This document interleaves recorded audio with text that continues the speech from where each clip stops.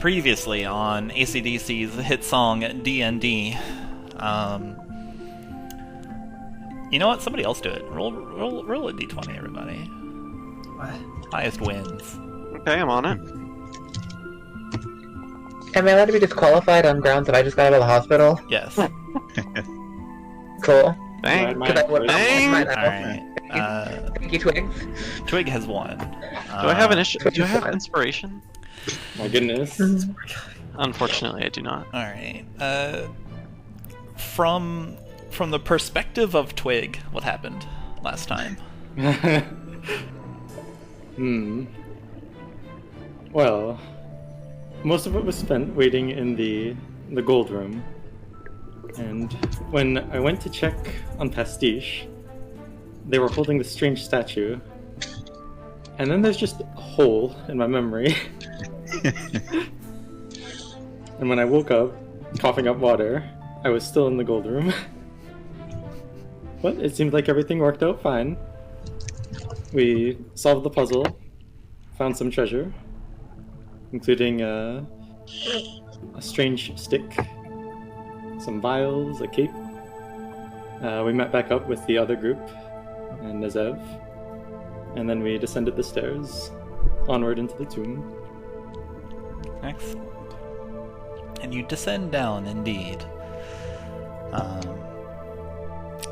It's about 5 minutes of swimming through this underground, completely submerged tunnel with only just the barely luminescent water providing you from, or keeping you from just swimming into the wall.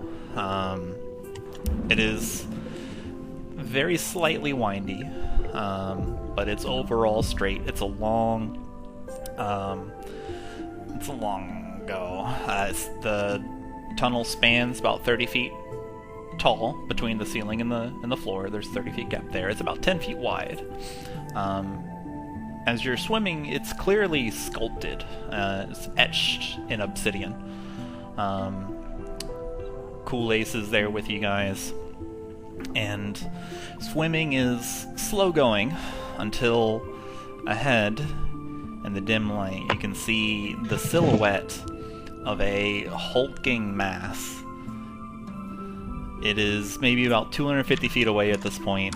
The murky waters obscure most of its details, so you can see a few extremities of what might be many legs, a long curving extremity down from the rear that ends in a point. It is motionless, except for the calm waviness of this, what must be a tail or a head, and it slowly wafts from side to side. Zoaz, you have dark vision to the ends of the planet. It's true. You can see clearly in this dim light that it is a large aquatic scorpion. You can see a sheen on its carapace, and it appears to be wearing some kind of bronzed armor. It is facing your party's direction. Is it making, like, it's facing our party's direction. Is it making any indication that it has noticed us or is paying us any mind?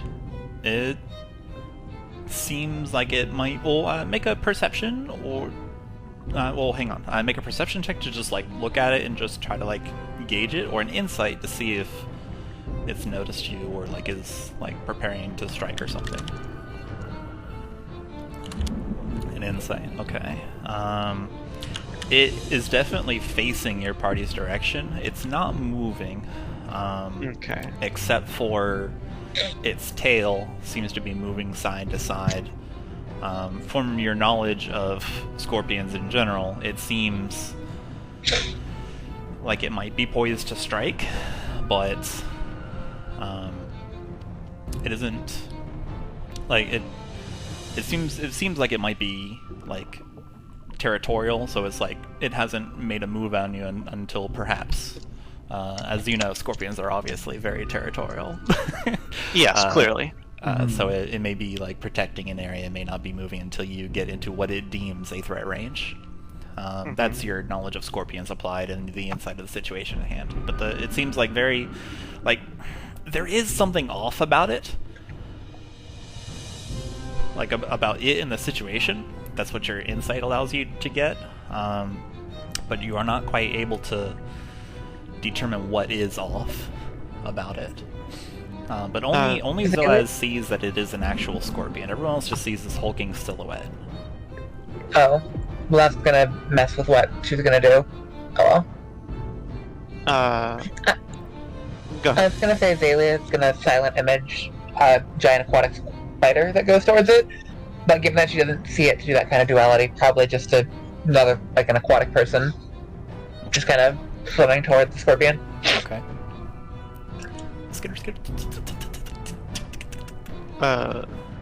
Who is currently holding the water torch? The blue torch? Or is holding a blue torch? Still has it. Also, it's purple now. Okay, the purple torch. Zoaz would grab the purple torch, or like go to grab the purple torch. Pastiche. We'll side-eye you briefly before handing it over.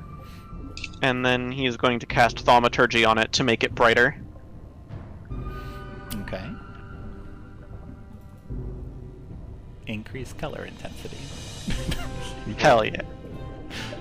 And then, turning towards the scorpion, he's going to hold the torch in front of him and slowly advance before noticing the indeterminate person that is moving towards it. And he's going to panic and let out a gasp. Like bubbles flying up through the water. Ascending up through the water.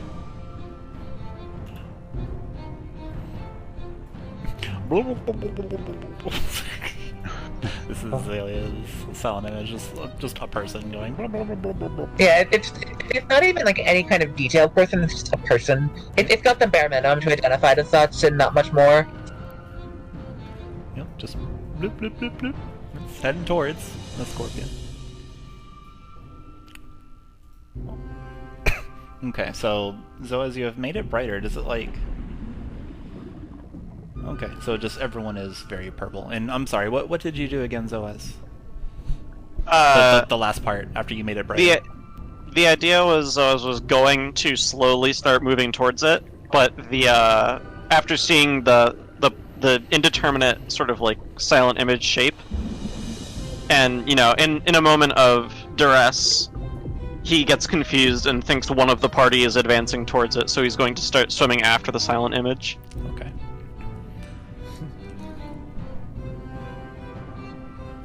This happens. Okay. So can we see? None of us who aren't blessed by the dark vision can't Right. see. Thanks, Mom. Yeah, it's a couple 100 feet away, right? Yeah, it is 250 feet away. All right, so just looks around, shrugs, and I guess swims. Forward. Well, you all can see the silhouette of it, right? Yeah. Yeah. Well, You know. but not the actual, not what it is. Yeah, you can see this big hulking silhouette with like this long curving thing from the rear that ends in a point. Might be a tail or head or something like that. Until you guys do something else. That would give you more details. There is also now an indiscriminate humanoid. That Zoaz is chasing after. Having been robbed of their only light source, Pastiche is going to follow behind Zoaz. Yeah, Makayla kind of it's the only light source, so I'm gonna follow behind. Okay. Likewise with Twig. I guess so, yeah. Everyone. Alright, well, Xalia, when does this nondescript humanoid stop? Do they stop? It doesn't. Alright. She's watching the figure to see what happens. Okay. The nondescript humanoid continues swimming or otherwise undulating through the water and gets dangerously close to the to the hulking mass or to Zoaz to the scorpion. We'll say within 60 feet. Does that sound appropriate? Sure. Yeah. The people with dark vision with 60 feet can now see that it is a massive scorpion. Bailey is going to turn the indeterminate person into a spider person. They have 8 legs. They have multiple eyes. They have little pokey hands. There you go. Oh my goodness. I think Zoaz would see this and suddenly stop in the water. As hard as you can stop in the water, you know. Complete with like skirt noises. Yeah, like a hockey power slide. Mm-hmm. The scorpion still has not made a move, other than just slowly wafting its massive stinger back and forth through the water, poised to strike. You can see like features and details a little more clearly. It's definitely it's from where you are. It's definitely like wearing some kind of bronzed armor.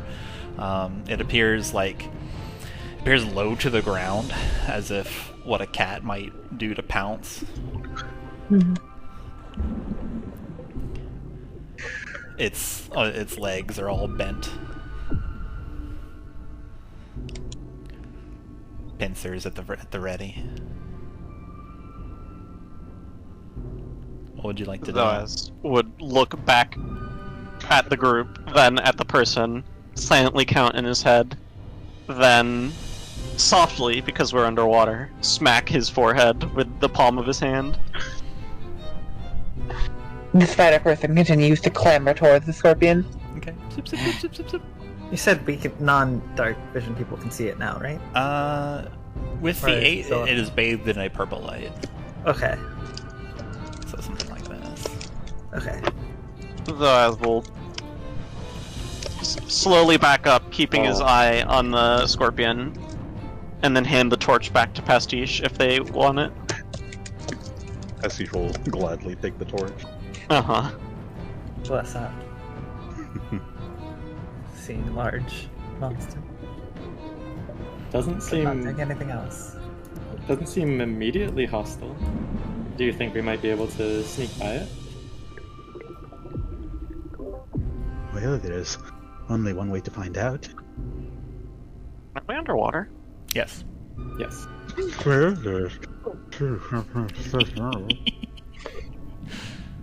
I guess in my other game, people having mental links that could psychically communicate. Sure, it'd be convenient if there was anyone here who could cast, what is it? Message or whatever. Yeah, it would be. Stares Let's at see, list can prepared Zayla do it? spells. Xalia should do it because it'd be funny. No, she can't. Question: is it taking up the space along, along the corridor? Is it taking up all the space? It is taking up most of the space. You gate there's a little. It's positioned on the right. There's maybe about there's a small gap to the left where it's not taking up the entire thing, and it's not 30 feet tall. It's maybe about 9 feet tall, 12 including the tail. And this tunnel is 30 feet vertical, so it's not taking up all of it, but it's definitely taking up a large portion of it.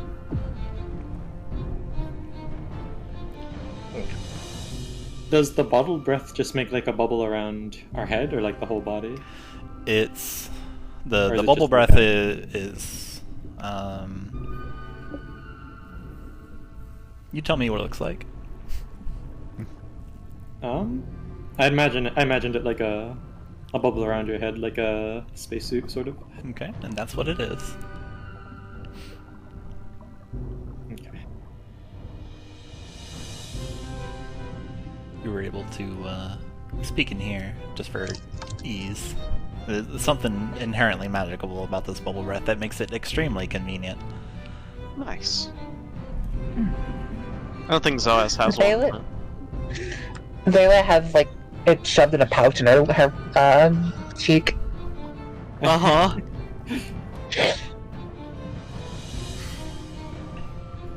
Okay, what's the plan? And she's gonna keep advancing her illusion to see if it does anything. Okay, the illusion. 1, 2, 3. The illusion is probably now upon this scorpion that everybody can see illuminated. Nothing happens. Okay. It is the scorpion does not lash out towards this spider-like person. Is not struck by the stinger. She'll probably move down to where she presumes his eyes are and start, like, making it wiggle. Okay. Like, ask for help.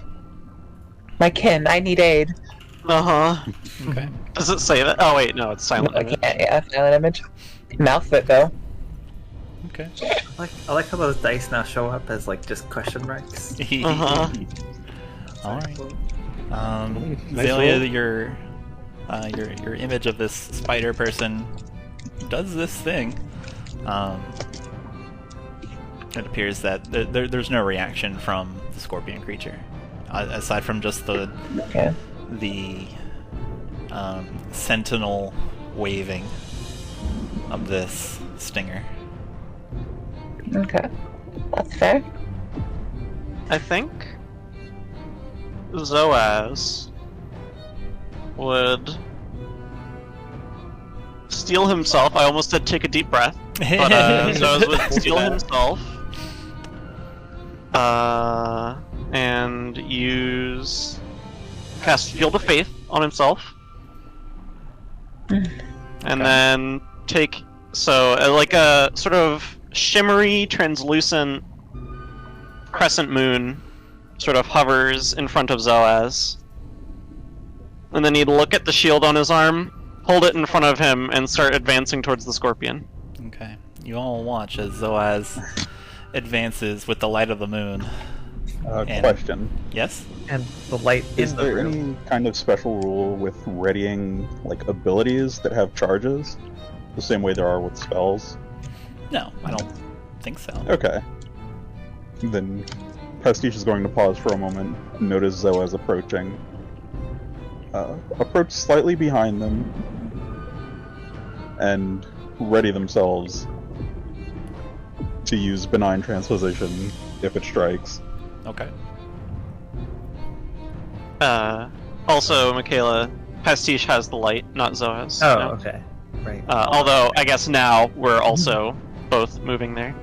And Zoaz is going to, preparing himself to get out of dodge, is going to take the dodge action Okay. while continuing to advance forward. Alright. What's the rest of the party doing? Here, we might as well put you guys in initiative. Oh, okay. They're just probably doing weird and wild things for the spider person in an attempt to get a response, but mostly visual, because it doesn't do non-visual. Okay. Am I allowed to ready a bonus action? Yes, actually. Not normally, but yes, in this game you are. Yeah, that's why I asked. I was like, I'm pretty sure you can't normally in the rules. Alright, I would like to, if it attacks Zoaz, I would like to ready a Hunter's Mark. Okay.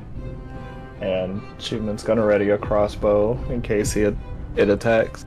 Okay. Does it seem like there's a spot to hide around this, like this rubble over here? Regrettably, there is not.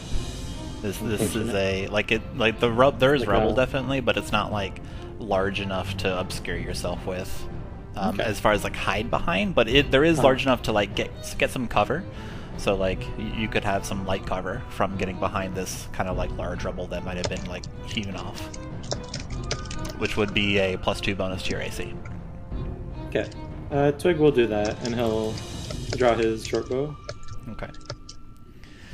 Alright, so as Zoaz and Pastiche swim towards this massive, hulking bronze scorpion with Xalia manipulating her illusion in wilder and wilder ways to try to get a reaction, try to get a rise out of this thing. Zoaz, you are now right in front of this creature, staring down, Pastiche too, staring down this massive 9-foot, 12-foot tall scorpion, its stinger just poised above you, ready to strike down. Just wafting back and forth in the water. You notice a few strange things about this scorpion. Such as? Its eyes are not where a scorpion's eyes should be. They are stalked outside. It's not wearing armor, rather the entire creature is bronze. Oh. So it must be some kind of strange carapace. You're very insightful, so like you're looking over, still like trying to gaze what this creature is, and you notice that it appears hurt.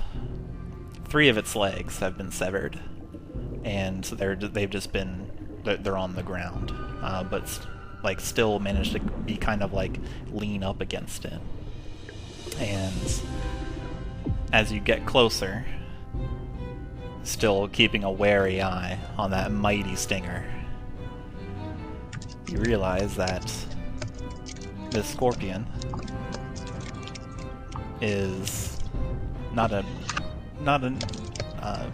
beast nor animal. This scorpion appears to be made entirely out of metal, and it is deactivated and poses no threat to you. It appears that it has been destroyed by someone beat you to it. Zoaz gets right up to it, pokes it, taps it with the shield, relaxes every muscle in his body, turns around and waves the party over. Well done, you defeated the beast. We defeated the beast! Woo! Woo! Did we get a level up?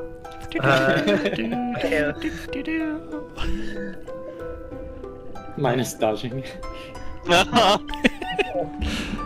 Alright, let's end that combat. We'll begin that combat, end that combat. Get ready, you're up next. Yeah, get ready. Get ready, you're up next. Swims up to it. Does it look like there was recent signs? Yeah, go ahead and make a conflict here. Go ahead and make an investigation or a survival check. Investigation. Actually, I think it would be survival rather. Unless you think it would be investigation instead. I don't know. Chuman's doing it too. Dang. Cool. I mean, okay. There's some gamers in the room. Alright. Okay, Chuman. Chuman said, Taylor is probably not looking for anything. She's probably trying to look specifically at this to figure it out. Yeah. Okay. Sorry. Chuman said, does a 29 work? I'm doing it too. Alright, so... No, it doesn't. Smile. Yeah, just...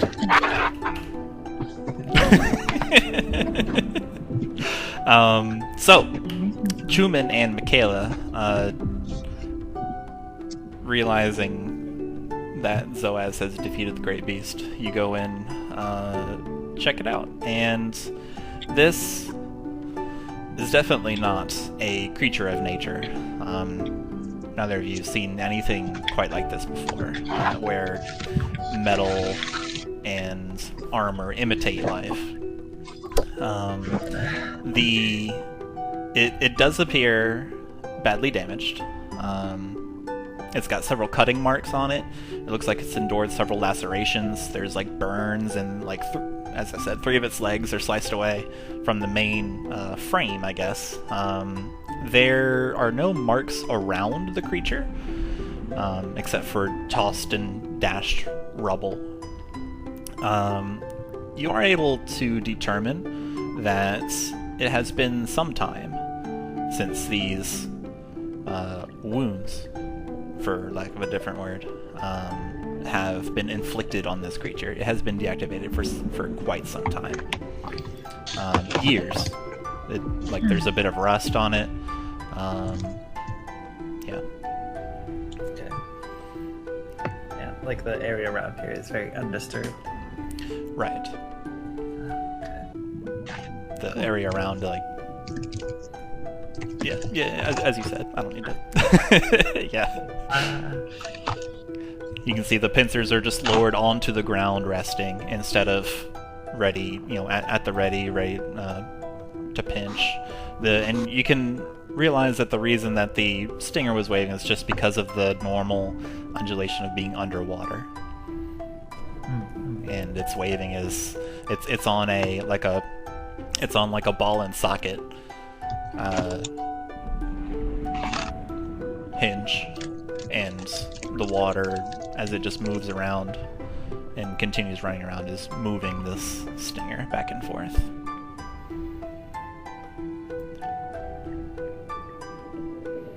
Xalia is poking it. Poke, poke. Is there anything like? Sorry, anything? Would I even? I guess Makayla wouldn't even know what would be considered salvageable, so I don't think I'll ask that question actually. Okay. Zoaz will just start swimming past it ahead. Okay. Xalia, poking it. I guess you'll just like poke its head or something, or like poke a pincer, whatever. The claw. Poking a claw. All right. You poke one of the claws, and you can see, like, as you get up to it to touch it, it's definitely, of course, cold to the touch. It feels kind of rough where rust is forming, but perhaps not visible yet. Right next to where you poke, you do see an engraving in common. The letter, like just a lettering or maybe like a label or something. And it says, Weha Mark II. Xalia is gonna minor illusion that very brightly so that everyone else can see, like the text.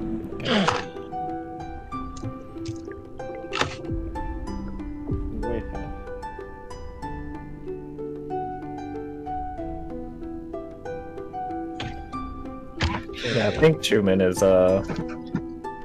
not really interested in it anymore. Probably looks around the area to see if there's like any detection like devices or something like that.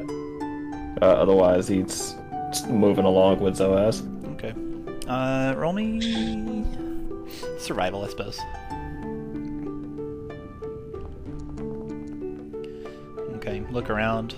There doesn't seem to be any like glyphs or levers or any kind of like lenses or anything like that. It doesn't look like anything's watching you or like there's no alarms that are going off. It seems just seems like a watery grave for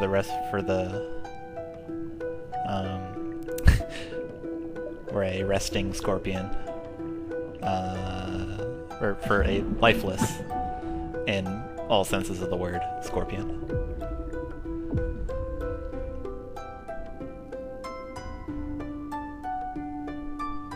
And then you go and follow Zoaz. Could Twig take a look at the stinger and pincers and see if any of it might be salvageable? Yeah, give me an investigation check. What would you like to salvage about it? Like, what's the objective? If any of it looks like either if it has like valuable materials as part of it, or if it could be used as a weapon. Okay. You determine that this whole thing is made out of bronze. Okay. So bronze is of variously, or is a metal worth, or sorry, of various worths. It looks like some of it's beginning to rust, so perhaps not valuable in that sense, but you are able to determine that the stinger is definitely a formidable weapon. If you could manage to, like, sever it from the rest of the thing. It's also kind of as big as your upper torso. Bang. It's a big creature. You can you can see that, like, getting up close and trying to examine the inner workings of it, you can see that it did once dispense a liquid. Huh. Like, you can see, like, some injectors, and there's, like, a little hole in a tubing. Does it look like anything's in there still, or is it empty? You're not quite able to determine, like, any residue or anything from where you're at. The channel's just one way. Okay. But it's a large stinger. There might be something in there, but you're not able to determine specifically. Could be, but you're not sure from looking at it. It's like, what's in the box, right? You don't know what's in it until you open it. I gotta know. Twig will try to pry it off. Okay. Make me an attack roll with whatever weapon you deem appropriate. I have just the thing. Reliable. Alright, go with advantage!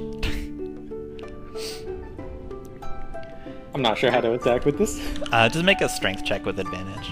Okay. Or... Is Twig proficient with crowbar? Twig is proficient in Twig's crowbar. Okay. Do a Twig's 2d20 plus 3, keep the highest.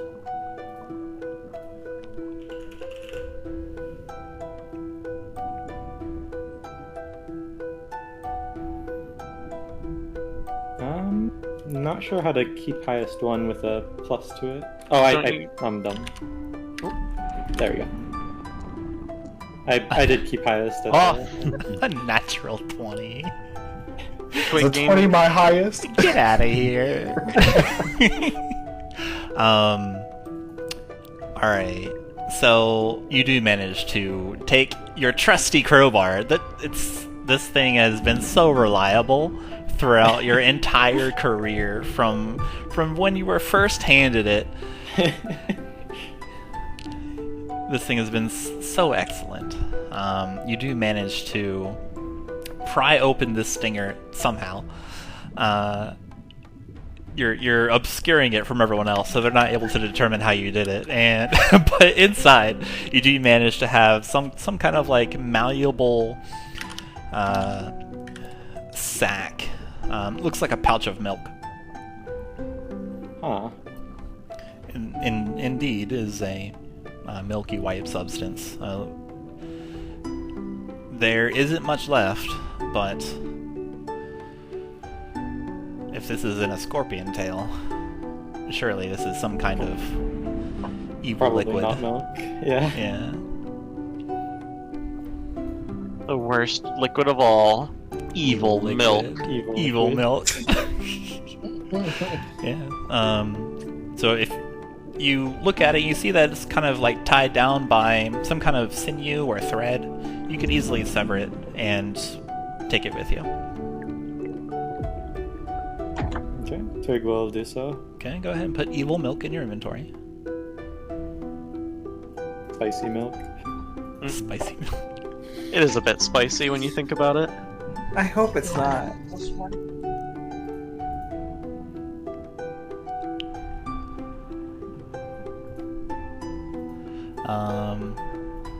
And then, yeah, you can probably, like, slather it on a weapon, and something might take poison damage. Or you can convince someone to eat it, and something might take poison damage.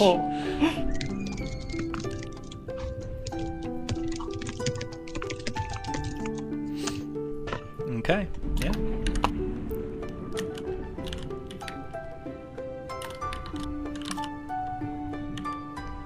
As they're passing by, Pastiche is going to notice Twig messing with something on the scorpion. Hold the torch towards them for a minute to see what they can see. Okay. And then carry on. What is your passive investigation? Passive investigation should be pretty high. 16. Okay, that's pretty good. As you hold the torch, you bring a light source close to the scorpion. You can see something glint underneath where the scorpion's head lays. Okay, we'll check that out. Okay, you are reminded of 10 skeleton cats as you see this glint. And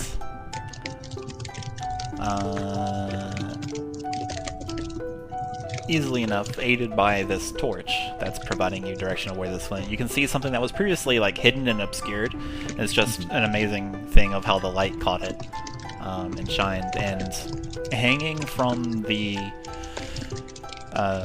Robo-Scorpion, the Clockwork Scorpion's neck, is a pendant. It looks like it is in the shape of a sun.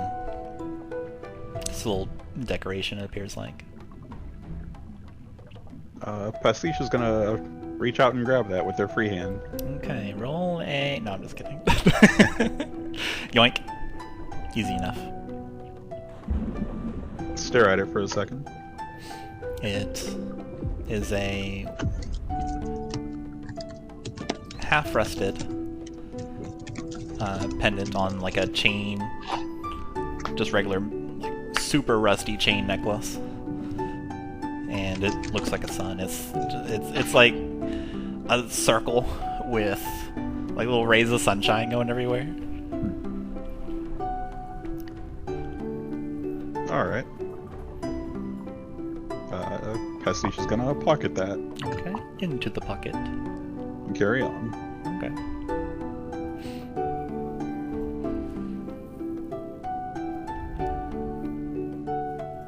I think...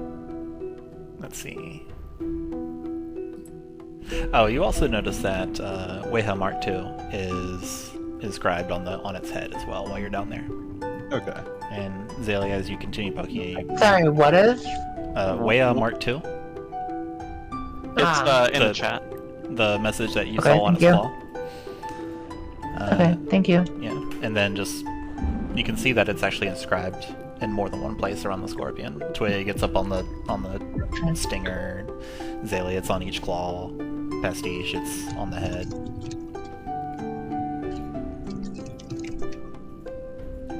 It's on the left side of the head. Let's see here. Okay. Cool Ace kind of sidles by, like just doing the wiggle across the wall. Beyond the scorpion, the hewn obsidian, as the party like catches up to each other and you all move forward, the hewn obsidian gives way to reliefs, a story mirrored on each side of your tunnel with glowing blue words, and in the far distance you can see a large double door. Cool Ace seems particularly interested in these. And you can see them kind of lagging behind. I'd take a gander at the reliefs. One gander coming up. They are... Little glowing blue words. There you go. So the relieves as you move forward, Makayla, and anyone else that decides to look at them. They seem to tell a story about a singular figure. As you swim down this tunnel, it begins with a massive, royal-looking figure wreathed in armor and wielding a mighty sword. They're leaving this palace balcony and conquering distant lands. Makayla, go ahead and roll a history check for me. This Okay. kingly-looking figure arrives at a mighty flame that 7. and reaches out to touch it. A 7? Okay. Unfortunate roll. Alright. 7's not bad. The king arrives at this mighty flame and reaches out to touch it. The carving depicts. The next relief shows just flames, only flames, and skeletons, ghostly figures. A relief then depicts a lone figure, a squire, holding a sword aloft.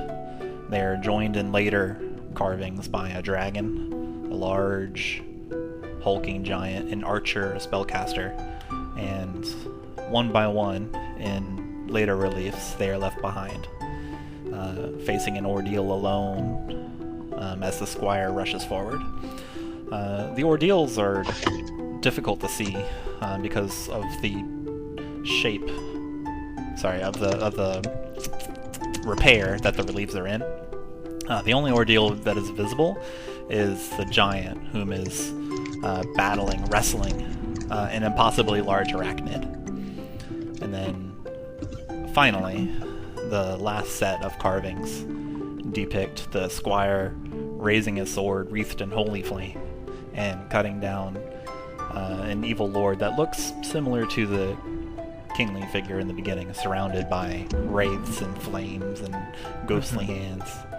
And then the sword is, in the very last one, the sword is pictured with a gargantuan flame, hotter, brighter, and bigger than all the rest. Sure would be nice if we had that sword. What sword? Zoaz says. Makayla also boobs.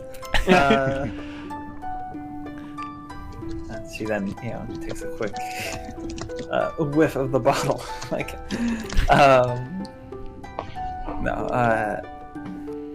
Yeah, okay, cool.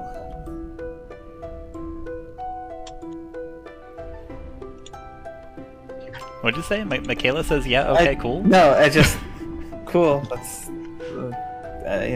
story of the Sword of the Ember Knight. And all that. Very cool. Not much I could do or say underwater. You can talk to each other. The magic of the bottled breath allows you to speak to each other underwater. Oh, it does? Yeah. Oh, okay. Bottle water power up. I was unaware of that. Well, Zoaz can't because he doesn't have one. Okay. He's got the cape. Stick your head in someone else's bubble. True. You can hold up like the bottle to your face. I mean, even then, Makayla would just say like, "Oh, these depict the story of the Ember Knight." Yeah. You can hear Kool-Aid's popping off. And this is where the Ember Knight uttered a prayer to his god, and the sword erupted in holy flame, and he struck evil Wraith King Wenceslas down. Oh, I know the whole thing. I can tell you the whole thing if you want.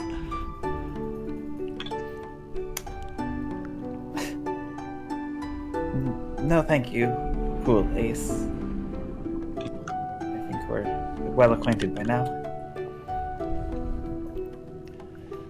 Are you sure? Kayla just sort of holds bottle to Zoaz's face. Yes, quite sure.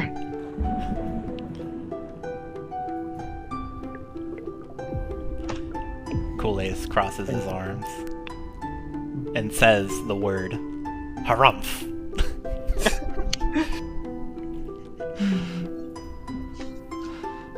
And then Kayla. So there was the release and then just the door again, right? As you approach the towering doors that are set into the obsidian, you can feel a weight pressing down upon you, as if you now carry a great burden. There's a figure that stares down from the massive kind of arched double door that's just etched into the obsidian lintel, a sailed, finned dragon. Their eyes gazing down in silent judgment. There's a pedestal to the right of the door with an indentation on it.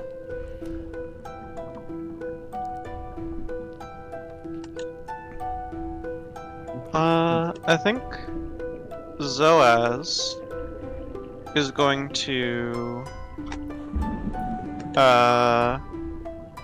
sort of swim back a little bit to get a better view of the whole room. He's going to pull out his cool stick, wave it around, and become a booby trap finder. Okay. You look forward, and there... Let me double check find traps. For the purpose of the spell, includes anything that would inflict a sudden or unexpected effect that you consider harmful or undesirable. Spell merely reveals that a trap is present. You don't know the location of each trap. I'm probably going to change that. General nature of the danger? Danger. Nature. There is a trap on the pedestal. The pedestal includes something harmful that you would, or unexpected effect that you would consider harmful or undesirable. Okay. The general nature is undesirable. Cool. That's good enough for Zoaz. Zoaz is going to swim around, motion. He's going to stick his head in someone else's air bubble and say, friends, stay quite clear of the pedestal. It is trapped. But that is, as far as I can tell, the only thing that is trapped in here. And then extricate himself from the air bubble.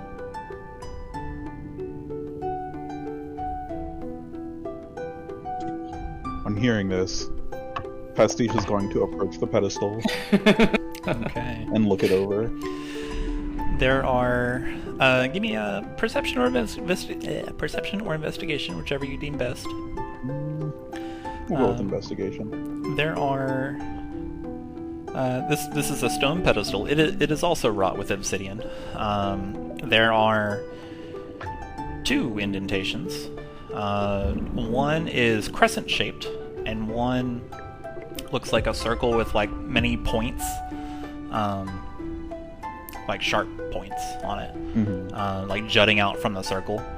The crescent is pleasantly glowing. The one on the left, the circle is blank and empty and devoid of light. Okay. It is the pedestal is overall just like a pillar and then a square. And with an investigation check, you get the sense that this is some sort of device. Like it is a this is a magical device. Since investigation is used for find traps, I'll also let you know that if you you get the idea that along with Zoaz's find traps, you get the idea that if this is performed incorrectly, an undesirable effect will happen. Okay.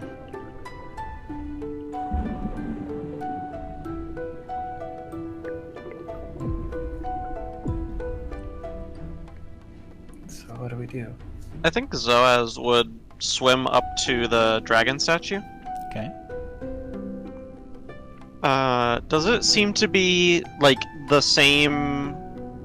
Obviously, there would be minor differences no matter the skill of a manually done artist, an artist working manually. But does it seem to be like a statue of the same dragon as the one we saw in Derelisk? It actually does not require a roll because it is the exact same. Oh. There are no minor differentiations. Okay. It is precisely the same.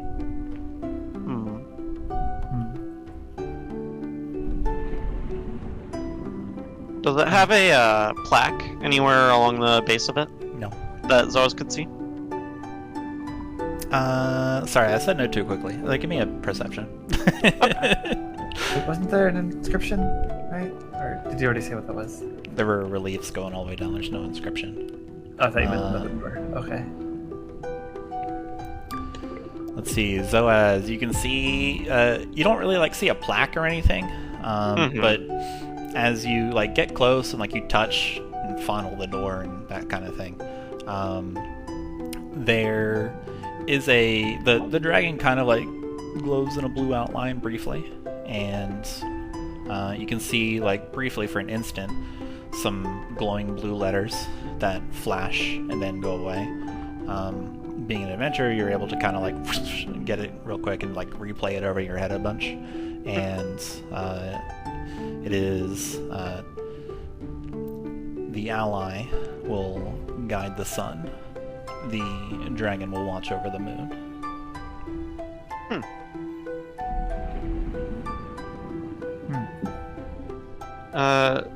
Was that in common or draconic?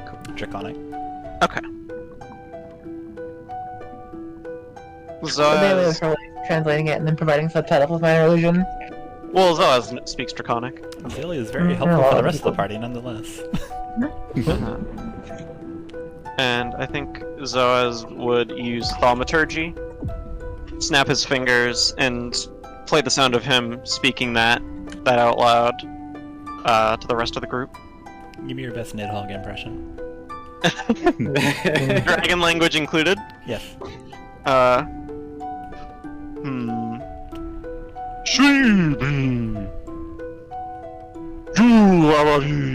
There we go. Nailed it. You get a +1. Very Thank good. you. To just my next roll. Yeah. Great.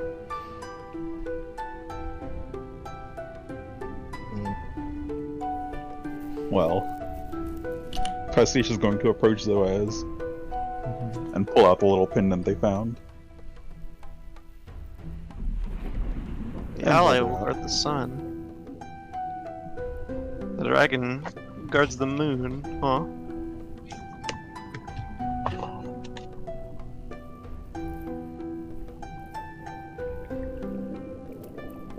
Have we...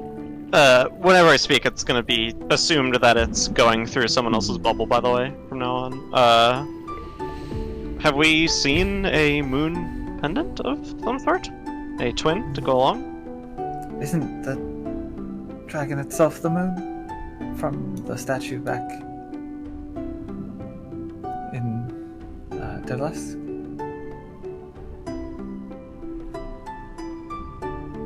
But the dragon guards the sun, I thought. Was that what that was? No, the dragon guards the moon and the sun goes to the friend, Oh, my bad. I think.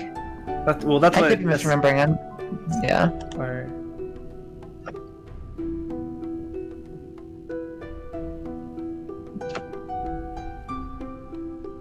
Zoaz asks the DM to put it in the Foundry chat. Sure. Selene, please replay this for me.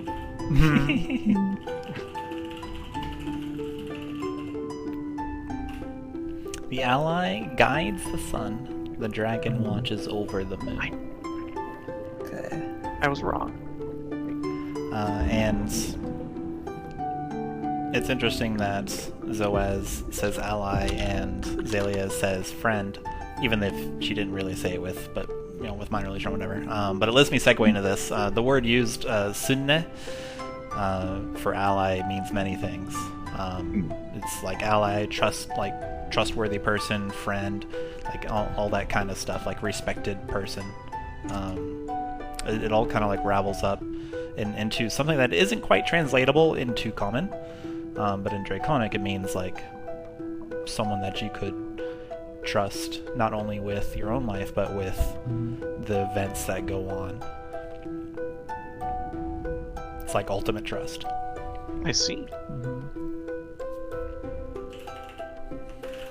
Pastiche is going to take their torch and swim around this dragon statue a bit and see if they can find anything hanging off of it similar to the pendant they found on the scorpion. Okay.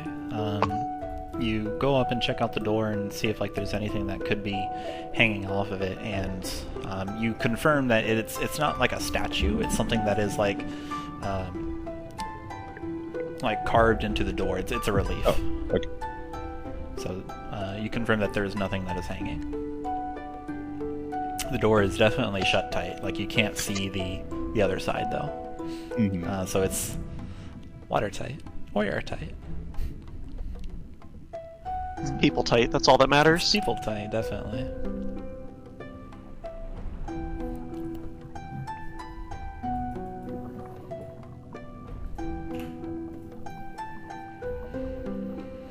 Well, Pastiche is going to start swimming back towards the scorpion. Okay. It wasn't... Glub glub. Wasn't the torch being purple a sign of us proving our... Well, I don't know. allyship. It was camaraderie, teamwork. Perhaps not the same level of friendship and trust as the word implies. Stune. I mean. Zoaz thinks for a moment. And the torch. Well, one side was reminiscent of Dagon, and now it is the color of nobility. Pastiche is going to drape the pendant around the scorpion again before swimming back to the pedestal Okay. and examining it again. Sure. The pedestal is unchanged as far as like nothing has happened. Like it hasn't spun or anything, or the crescent.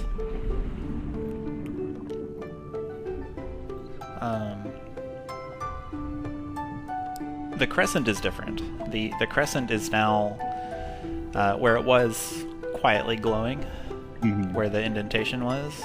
It is now no longer glowing. It is instead filled entirely with sand. Oh. You touch it, the sand is dry, even though you are submerged.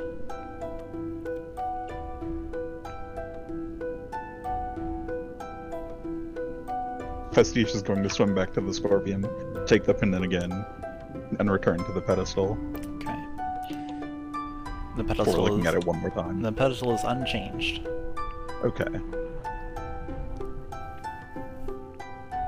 Hmm.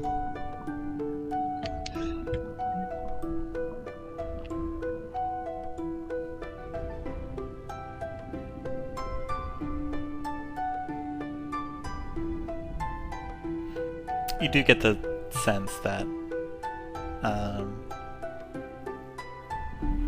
never mind. I don't Okay. need to tell you. You already know.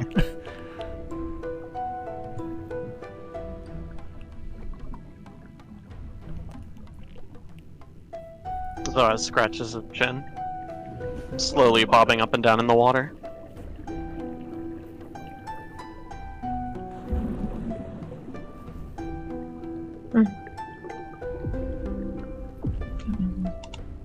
Twig is thinking. And he says, that talk of the purple torch earlier reminded me of the other plaque in that last room. And he quotes, should the watchdog fail her task, the Mao shall sentinel the treasure beyond life. And he points at the scorpion and says, if that's the watchdog, then what's the Mao? Zoaz perks up and says, well, Mao is,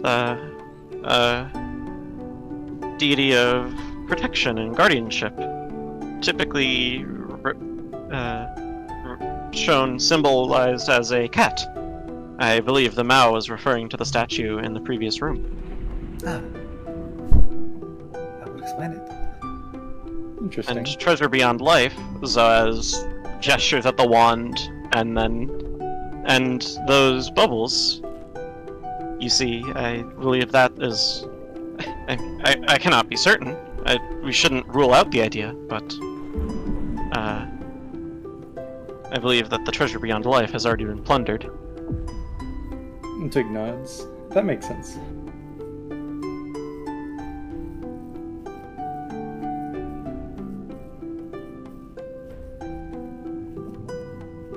Pastiche, you've been flitting about. Have you figured something out? Well, the scorpion is not the ally. Oh, Beyond that, I'm not certain.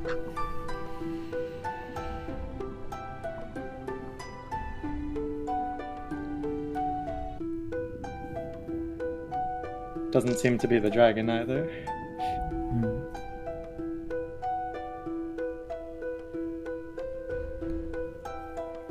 Xalia is probably gonna start looking around, I guess, wandering off, and then realizing she can't see, and getting frustrated about that. Have you tried those two statues we got? Of Dagon and the dragon? Zoaz thinks for a moment, rummages through his pack, and says, perhaps Chuman would have them? I have one of them. I believe that Twig may be carrying the other. I have the dragon statue.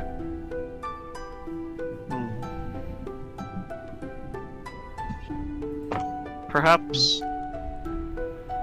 well, I have no better ideas than this, and it is trapped, so I don't know exactly how willing we would be, but perhaps try placing the dragon statuette on the pedestal? Pardon, I do not think the pedestal is a good idea at the moment. I see. And why is that? Well, I noted some indicators, and one is not lit, the other is full of sand of some sort. There's... They clearly represent the sun and moon.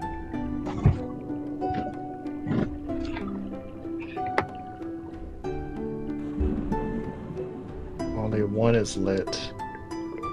Be it the other is full of sand? One was lit. At the moment, it seems neither is lit.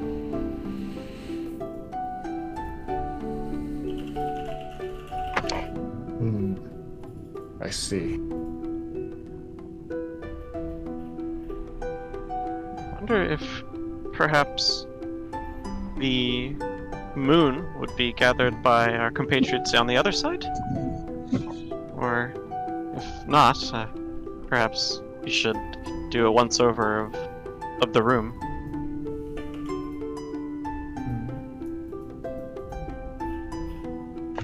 Zoaz, not believing in Nizev's ability to get through this, is going to start examining the reliefs scattered around the room in more close detail.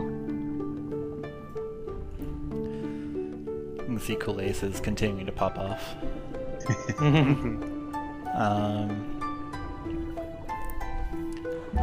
Let's see here. So yeah, give me an investigation. Skill. Investigation. While that's happening, Pastiche, do you believe that we could have solved the previous puzzle without Nizev's help? Well, I can't be certain, but no, I would doubt it. I was thinking that as well. It seems as if that both rooms are needed in order to move on from each section. But Twig, Chuman said you picked up a statue of some sort?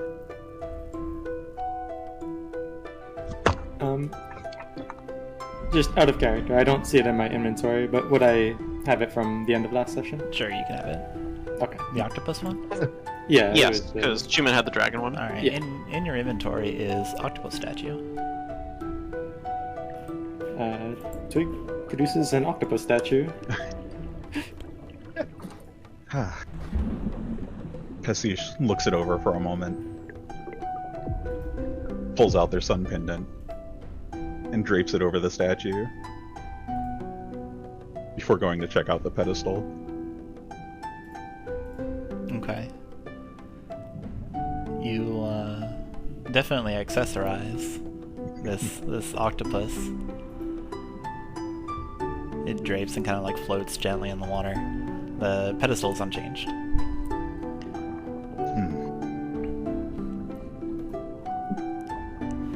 Zoaz, as you're checking out the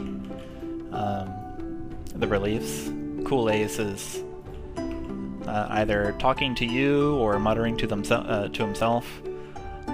They're just talking about like the Ember Knight story, and they're just saying it to themselves, and like you hear, yeah, they're just like you catch them in the middle of it. Okay.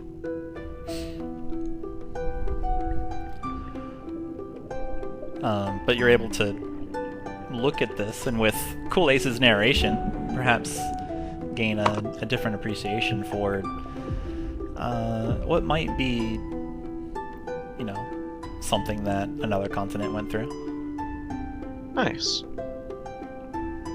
Zoaz nods sagely, not quite understanding the story because he came in halfway through, but engrossed all the same. He is completely distracted from his initial goal of examining the reliefs more closely to make progress.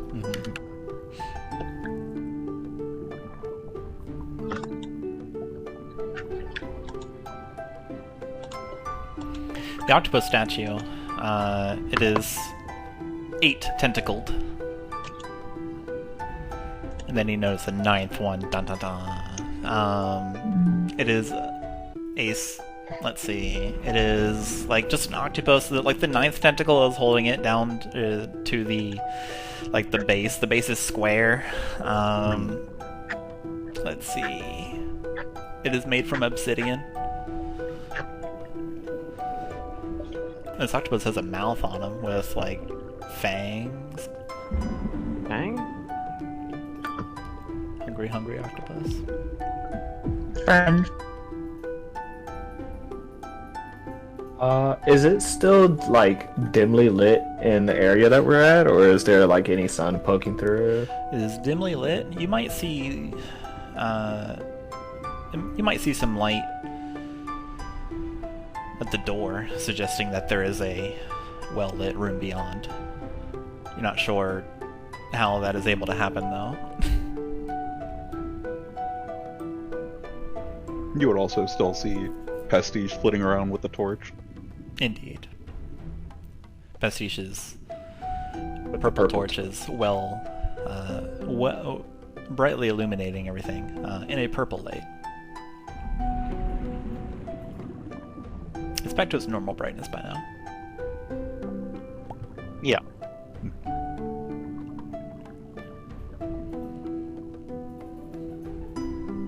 What's the It's the sun.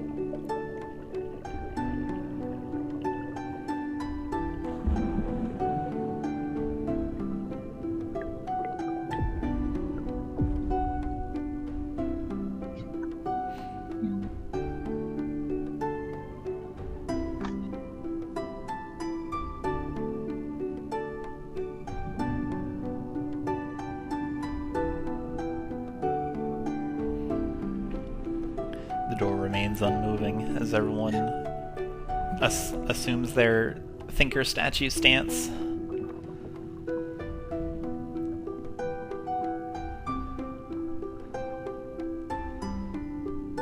The pedestal's crescent indentation is filled in. You can see the glow pulsing from beneath the sand. The indentation that Pastiche has identified as representing the sun, still empty and unlit. Zoaz is gonna. Didn't we have a sun necklace? Zoaz is going to walk to Pastiche and. Or does Pastiche have the necklace? It's around the octopus at the moment. Yeah. Zoaz is going to grab the octopus necklace Twig, you are and swim over to the. Go ahead. Twig, you are currently in possession of the octopus statue. The very fashionable octopus statue. And Zoaz is attempting to take it from you. Do you allow this to happen? I suppose. Zoaz is just grabbing the necklace. Sorry, I could have worded it better. And is going to swim down to the pedestal. Okay. Seeing, because he hadn't yet examined the pedestal, Zoaz is going to see the sun indentation grown, bubbles floating upwards, and then slot the sun pendant into the pedestal with the empty sun icon. Okay. You place this sun pendant into the pedestal. It is the exact same size. It goes firmly down. It glows with a yellow radiant light. It is at this moment, Chuman, that you notice that the dragon statue that you hold in your hand, the base of the statue is also sun-shaped. And as Zoaz places this pendant down, the cavern begins to rumble. As an undesirable effect happens. The door opens. Just kidding. Uh-oh. It is not an undesirable effect. The door opens. okay. Well done. You were just kidding about the door opening. Yeah, I was also just kidding about the door opening. In each of your minds, pulses a powerful,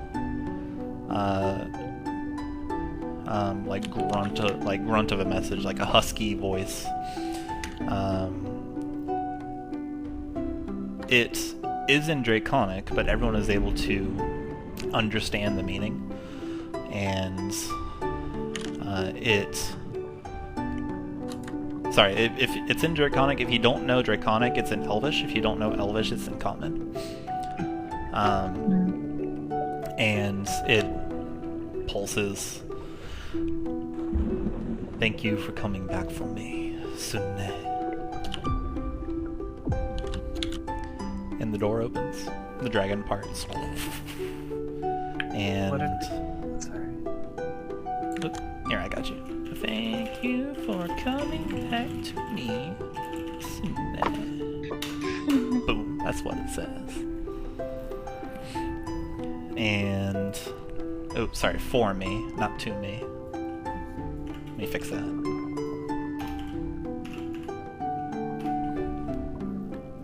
Boop.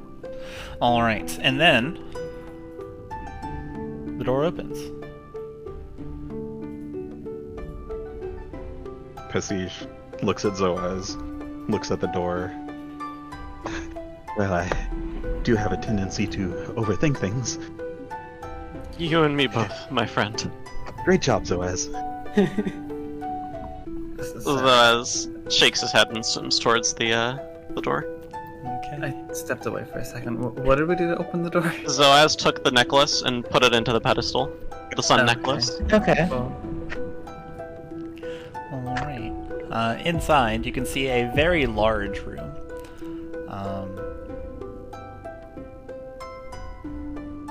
And you head on in, yeah? Yep. Um, Zoaz does at least. Yeah, let's go to the large room. What's the marching order? Who's first? Zoaz is first? Who's after Zoaz? Pastiche is going to be right behind Zoaz with the torch. Right behind Zoaz with the torch. Let's get the torch. Xalia is probably excited to move on, so she'll be third. Zoop. Okay, third is Xalia. Twig could be fourth. We'll need to stay next to the torch too. Okay. Alright. you know what? I'd let Kool Ace go before me, Oh. Cool. and then I'd go. And Chuman is coming up last. Okay. Oops. That's not a select the tokens. That's a break. That's a make a light.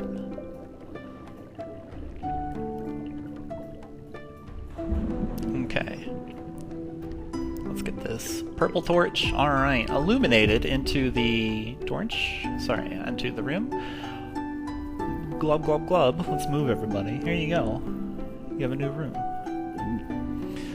This room, it appears something of a shrine, something of like a large tomb, something of a crypt, something of definitely a point of interest, I suppose. You look around the room. On the walls, there's various iconography around the room that seem to I'll give you this one for free. Depict like wayward souls and like creatures that are gravitating towards a fire relief in the back of the room. There are many. There's all sorts of like devices, decorative machinery. There's like a Mobius strip of gold that's hung from the ceiling. With like fine chain. There's like a gilded gilded workbenches that also seem to function as altars because they got like candles hanging over them. They're all polished and reflect this busy wall of decorative machinery. There's many metallic structures that are moving on their own, like something that a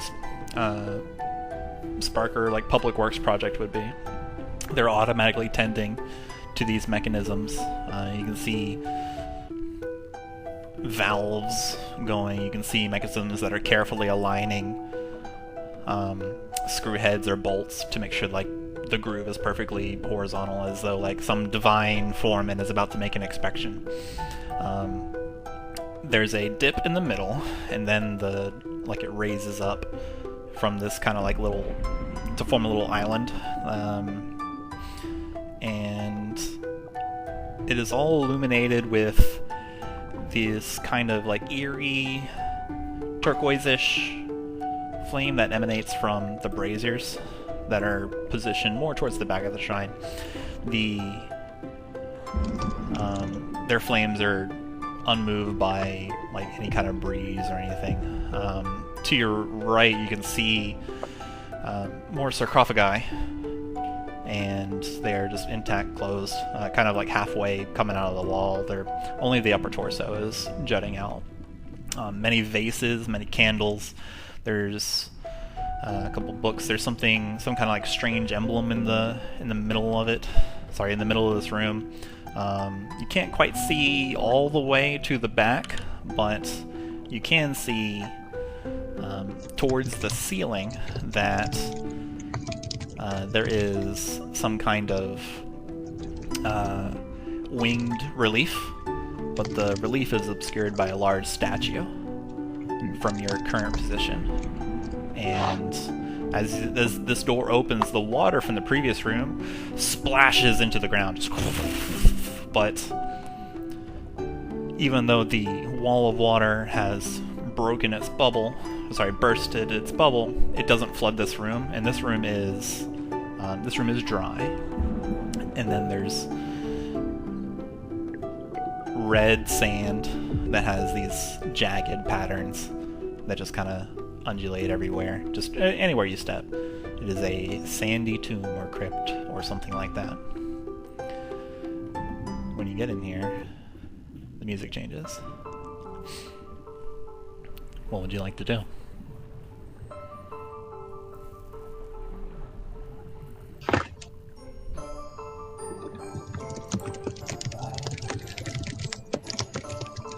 Everything in here is grand and big. The island towards the north must be 20 feet up. Okay. What is this red circle? Is that like there? Yeah, you can see some kind of emblem at the bottom.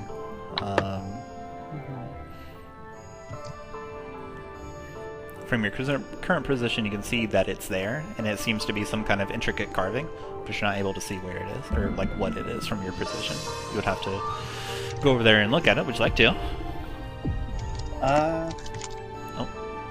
We're not underwater anymore. There you go. Okay. So skirt around. I guess. Are there like actually these books and papers here? Like in the corner? Yes, they were described. Okay. Sorry. Yeah, I mean, I'd start doing like a scan, like a patrol around the edge of the room and sort of start looking, like glancing at what any of these say. Okay. Oh, that is loud.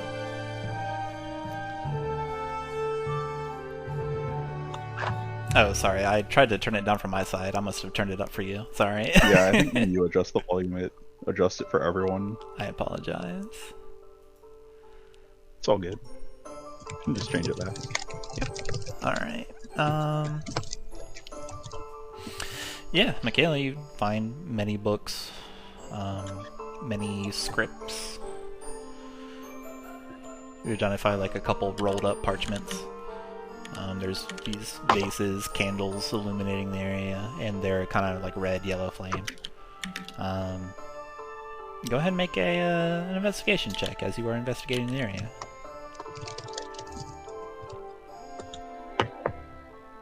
As Makayla is doing that, Pastiche is just going to pause near the entrance and look up towards the big statue. Okay. That statue is pretty weird, pretty interesting. Roll me perception and see if you can make out some finer details from where you're at. And it's far away. That don't matter for you. What'd you get? An 18? 18. Yep. Alright. Makayla, you do manage some papers. It's... What languages do you know? Common, Elvish, or Goblin, and Dwarvish. Okay. They're in Elven, and they appear to be describing... Well, let me back up. Many of these books also have diagrams, and the Elven writing appears to be describing the diagram, and there's also like notes and cliff notes and overall like explanations and directions. It appears to be describing some form of schematic and like building blueprints of creating some kind of machinery or like sparker mechanism or something like that. Okay. Yeah, that's that. So that's the books and like scripts and stuff where like just shoved into the right corner. They all seem to be talking about different types of clockwork mechanisms. The statue that you can see, Pastiche, you squint, lean forward a bit, elongate your snake neck. There's definitely something behind the statue that you can tell that with your 18. The statue, it is golden color. It has like it appears to be wearing some kind of armor with like a massive pauldron. Just one though.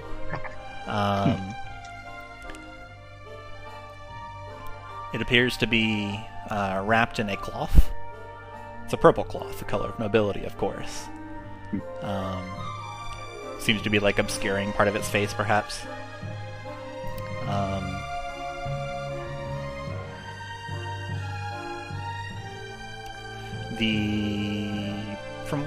From your position, like the pauldron, it's on the right shoulder. It appears to have three what look similar to flag protrusions. Okay. Just like flagged or like flanged or something like that. Not an actual like flag, like colors of a like coat of arms or anything like that, but just Right. like that the flag is the only thing I know how to describe it. Like a note, like the top part of a note. Anyway, flag like they looks like it could be like blade protrusions or something. It's like three flanges coming off of the pauldron. Yeah. You know what I'm trying to say. Follow you.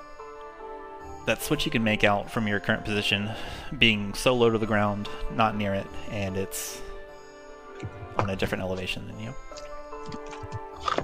It is like around here. Okay. Chuman is gonna walk over to. I'm sorry, came in late, but the sarcophagus. Yeah, Sarcophagus. that's there. Yeah. It's gonna take a look to see if there's any inscriptions or things that's on it. Okay. You take a look. It's easy enough. If there is an inscription, it's not on this side, but there is a like humanoid shaped like relief or carving or decorative measure on the top, where they're just crossing their arms over their chest. There appears to be like a parapet engraving around the bottom part. Hmm.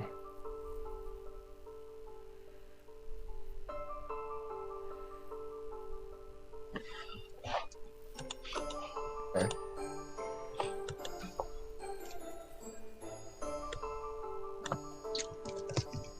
I think. Sorry, 1 second. Okay.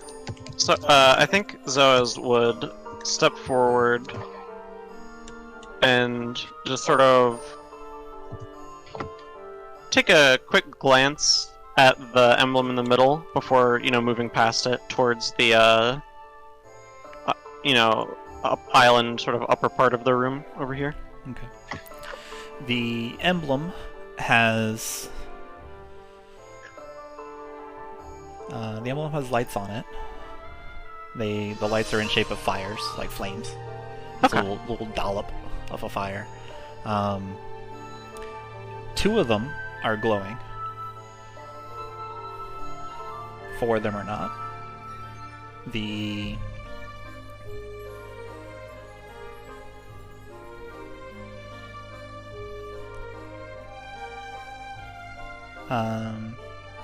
Sorry, there's actually 7 lights on this. 7 lights. One's in the center. One's in the center, 6 are around the edge. My apologies. 2 of them are glowing, 5 of them are not. Correct. Okay. The 2 that are glowing are on the outer edge. Okay. The flame in the middle is larger. Got it. And then Zoaz will take note of that and then move ahead. Okay. And you can see the statue, golden color, similar description to what I gave Pastiche. Yep. If I look at it from like this elevated angle, would it like correlate to like a map of Khorzaire? Like roughly, kind of. Because we were told that. No, but okay. But let me finish. That's a better idea than what I had, so yes. Okay. Cool. Right.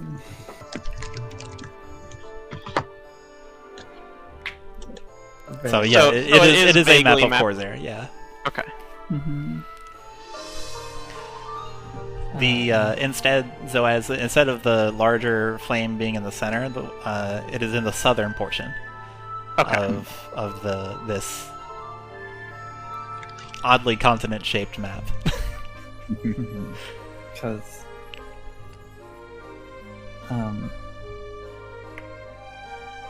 right, Makayla would say to the group, though. Let me look up what they said her actual name was. It was Lady Meryl, right? Yes. Makayla would know this, right? I'm just Xalia's mom? spacing. Yeah, Lady Meryl. Yeah, Lady Meryl. Because my brain is still Lady Apple. Yeah, but Makayla would know her Lady Meryl. So Makayla would say, Lady Meryl had mentioned that they had found another one of those fires in a ruin somewhere else, right? Sort of yell out to anyone as a question. Yes, if I recall correctly. From up here, it does appear to be... This does appear to be a map, doesn't it? Mm-hmm. And would that... One of the flames, would they correlate to where Daskar is? Yeah, you Cool. you ascertain that there's a couple lit ones. Using a resident of Khorzaire, you know where all the nations are. The lit ones that are the spots that are glowing. One is in Hollandis, close to where Baskar is. The other is you may not be so familiar with the location, but you know it is in the continent of Illigum. Sorry, not continent, the nation of Illigum, which is on the far east. And those are the 2 lit Yes. flames? Okay.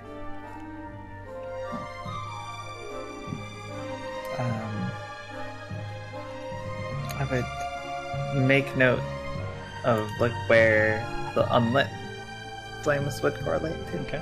One is in Durlask. One is in Alga. One is in Expernete. And the largest one appears to be situated where Cyril is.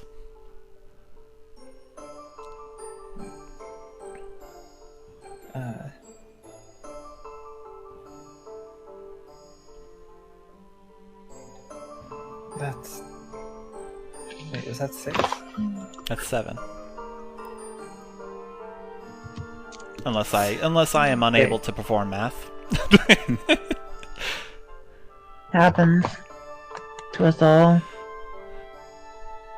Helandis, Sturla, Skalga, Expernete, Illigoon. It's 6. I'm sorry, I can't do math. It's okay. Only the whole internet will know. Dang it. It's true. I'll get so many tweets. No, I won't. Just confirmed that math is hard. It's true. Alright. So, Helandis, Illigoon, Lit, Derlis, Xero, Olga and Expernete.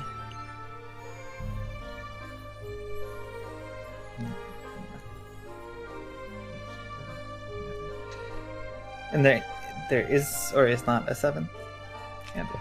No, there's one in each nation, including Cyril. Okay. Your DM just cannot do math. Hmm. Simple math, too. Mm-hmm. What's 5 plus 1? 7! If I believe hard enough. Alright, continue though. Let's not get caught up on this. Yeah. Zoaz, I think by now would have, if not made it to the top, gotten at least close. Okay. Yeah, we can go to Zoaz. And Zoaz up here. You can see the massive relief at the back of the room, just like here on the. Come on, right click. Up here. Zoop zoop. It's huge. It does not have like skulls and stuff. It's this massive relief of a, like, cannot be understated, gargantuan bird with huge outstretched wings curving upwards. It is covered, wreathed in ornamental flame. Would Zoaz recognize this as a religious symbol? Yeah, it is a religious symbol of the Phoenix, which I see. exists on Khorzaire. Zoaz would probably softly gasp and just sort of take it all in. Walking past the desk, ignoring it, looking directly at the relief. And sort of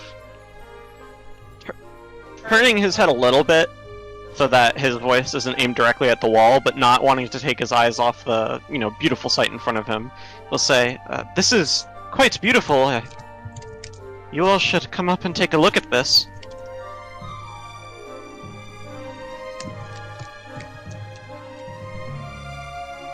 Twig will start making his way up to Zoaz's voice. As Chuman is walking towards it, he yells out, "What have you found?" Relief of the Phoenix, and quite a pretty one at that. As you all get up here and you look at this large phoenix, it is a very nice relief. It is expertly sculpted. Each of the feathers seem to be individually articulated. There was someone clearly spent a lot of time and a lot of effort on this. Each of the feathers seem to have little reminiscence of little licks of flame on each of the wing feathers. There's this huge crest of fiery flames from the creature's head that kind of curves back. And this curves back in this large quail-like crest feather, but it's all fire. Huge, piercing, pointed talons. It is large. It is a majestic bird here. Majestic avian. Bird is too lowly. It is a majestic avian. And any Khorzaire will recognize that. Will remember that phoenixes represent renewal. It's one of the reasons that the Tishrei, or renewal fair, it's one of the things that fair represents. And renewal's a concept across Khorzaire.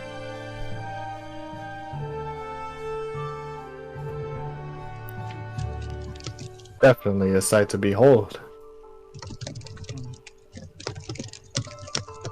It's not often that you see these reliefs so large and prominent. There's only a few. Zoaz, you might know, you might have seen one in the Zenith Citadel, where your sister hangs out and works. That makes sense. But I don't think anyone else would know or have seen one such as this.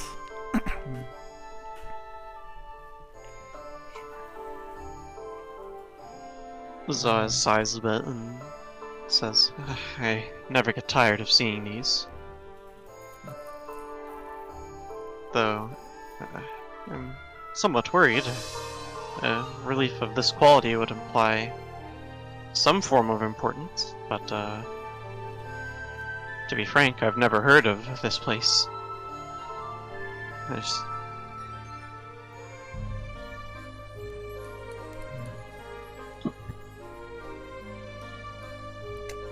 Well, let's see what we can find, perhaps, in these records. As Zoaz turns around and everyone's gaze, perhaps reluctantly, extricates itself away from the avian. You can see that you can see the large statue. Twig, you're actually very close to it. Makayla, you get down and start looking at the scroll. But Twig, you are very close to a statue, and it all but requires your attention. As you gaze at this, unable to break your gaze away, you two can see that this statue is a golden color. There's this, I'll give you the description again. There's a massive pauldron on the right shoulder with like 3 flag-like or flange blade protrusions. The statue is clothed only... It appears to be in the shape of a humanoid, but it is clothed only in a purple, world-weary cloak. It has a hole near the bottom, which suggests that like it's been tampered with, or someone might have raided this shrine. It's wrapped over the head, and it is clear that this statue is weathered and sand-beaten. It's made out of all of this gold, but the gold is sun-drenched, and what must have been sharp edges and hard angles are now softer, rounder corners. Given the pristine and majesty of the rest of this shrine, it seems out of place. In front of it, also out of place, is a chipped, rusted blade embedded into the stone. Everyone can see this, because it's a prominent feature. You can't not look at it. But Makayla is able to focus on the documents in front of her, unless Makayla also chooses to look at this as Twig is getting close to it. No, I'm looking at the documents. Okay. There are more stuff in Elvish. But I'll ask Twig, what do you do before we get to Makayla? Twig will look at the statue for a bit, and he'll point out to the rest of the group how it doesn't seem like this belongs with how everything else in the room looks. Maybe it was brought here earlier or later.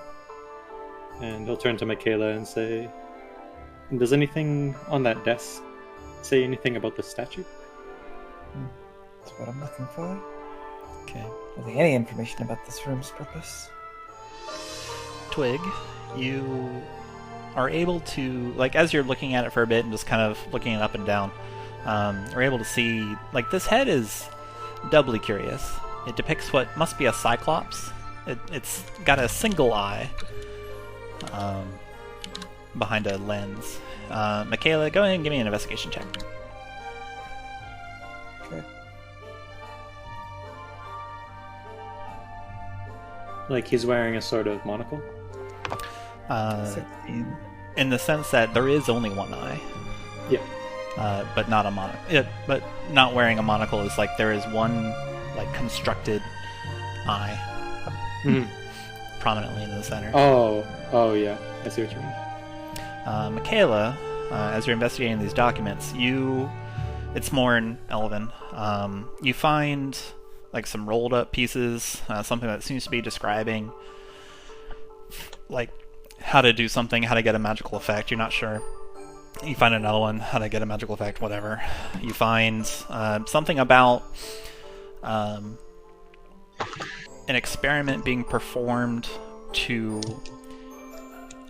generate and conjure something about like the natural world where previously did not exist. You find finally you find some information about what could be the purpose of the room on this prominent desk, where an important document would be, is an important document. It is this large parchment. It appears to be indicating a list of what may be directions or like a process step by step. There are several steps that are crossed out.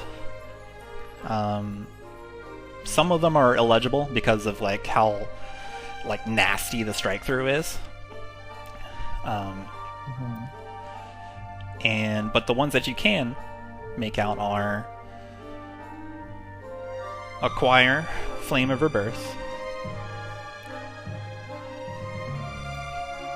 sacrifice, just one word. Another one word, retrieve. Those are the crossed out ones, and there are uncrossed out ones, and it is the next one is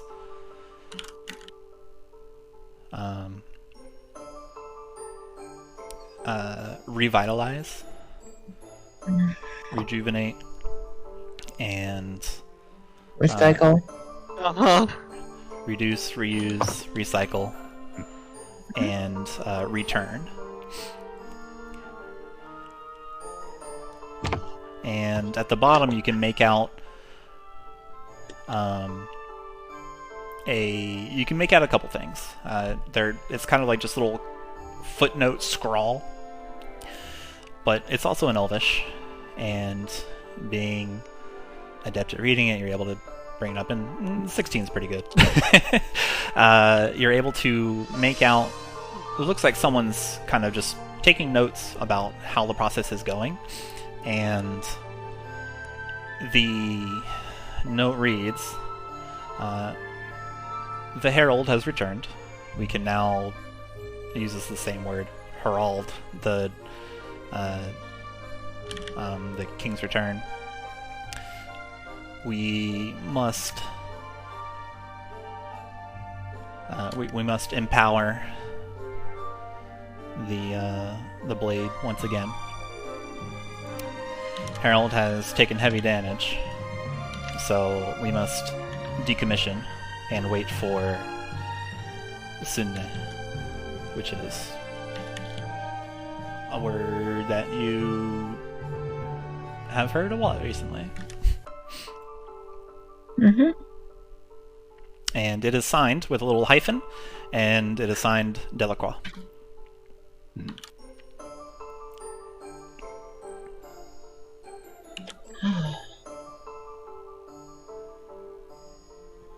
Oh, I really wish I had an opportunity to look up this motherfucker's name again. Alright, well...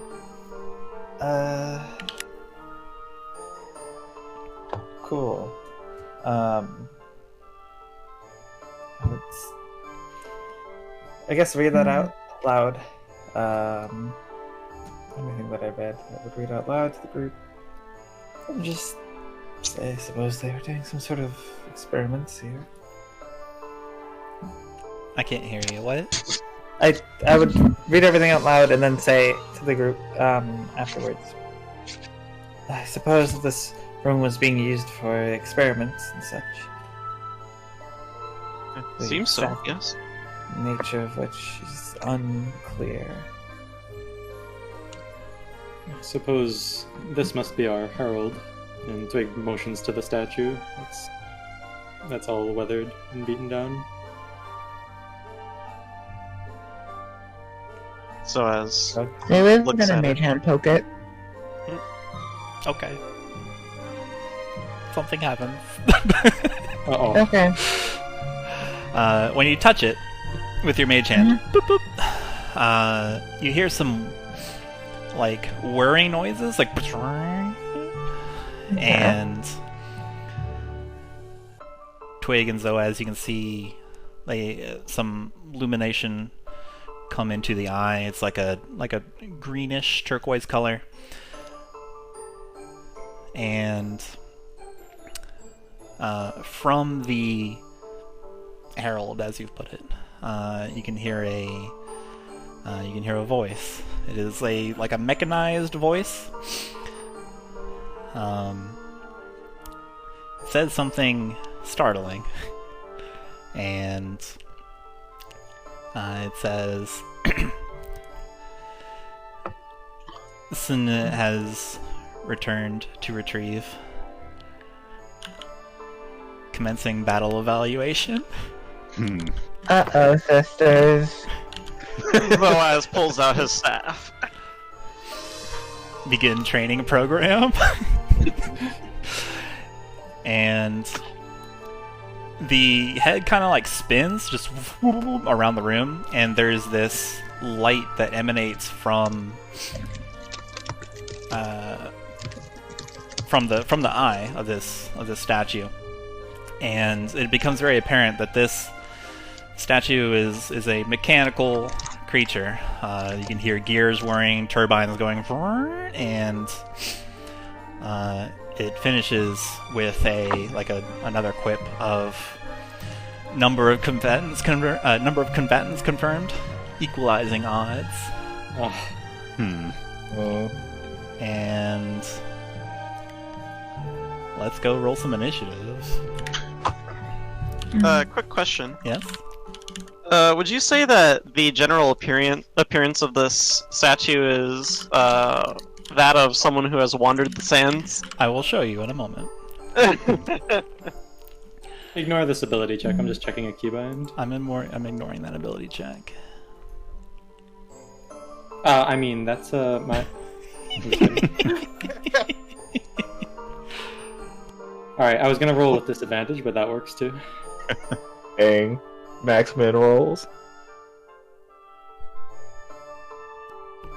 Okay, as this creature scans the area and wait. Waiting.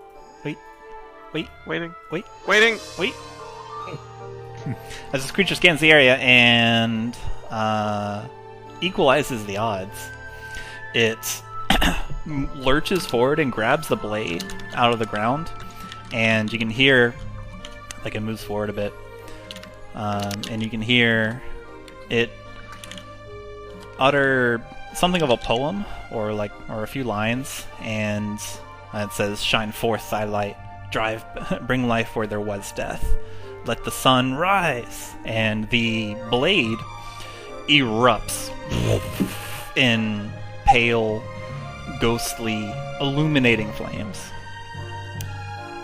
And the music changes. Yes, it's Sand Wanderer. Okay, cool. I've got a big smile on my face. Okay. It's a what? Sorry. It is a construct. It is an ancient herald. It is a warforged. And they roll initiative. I will explain after the session. And don't forget Cool Ace's initiative. oh, you're right. Most importantly of all. Hey, Cool Ace, you're up. Oh, Bring up wait, the Cool Ace rear. gaming? That's still private. Though. What? Just Oh, Cool wait, Ace so Cool Aces was private. Here you go. Revealed to everyone. Cool. Here you go. Ancient Herald. Oh. One day I'll be as cool as cool is. Same. Also, materializing out of this like scan, just is the image of an old man.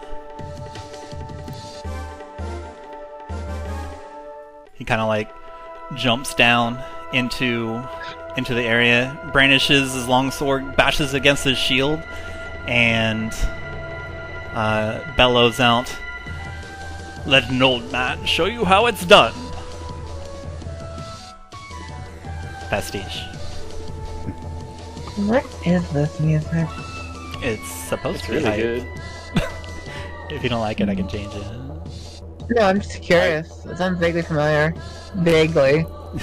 Mine's It's not. good is what it I want to is. listen to it afterwards. Yeah. Pastiche, as this construct, this metal man, wreathed in a cloak and holding a flaming sword, brandishes its own and also brandishes an old man. What would you like to do?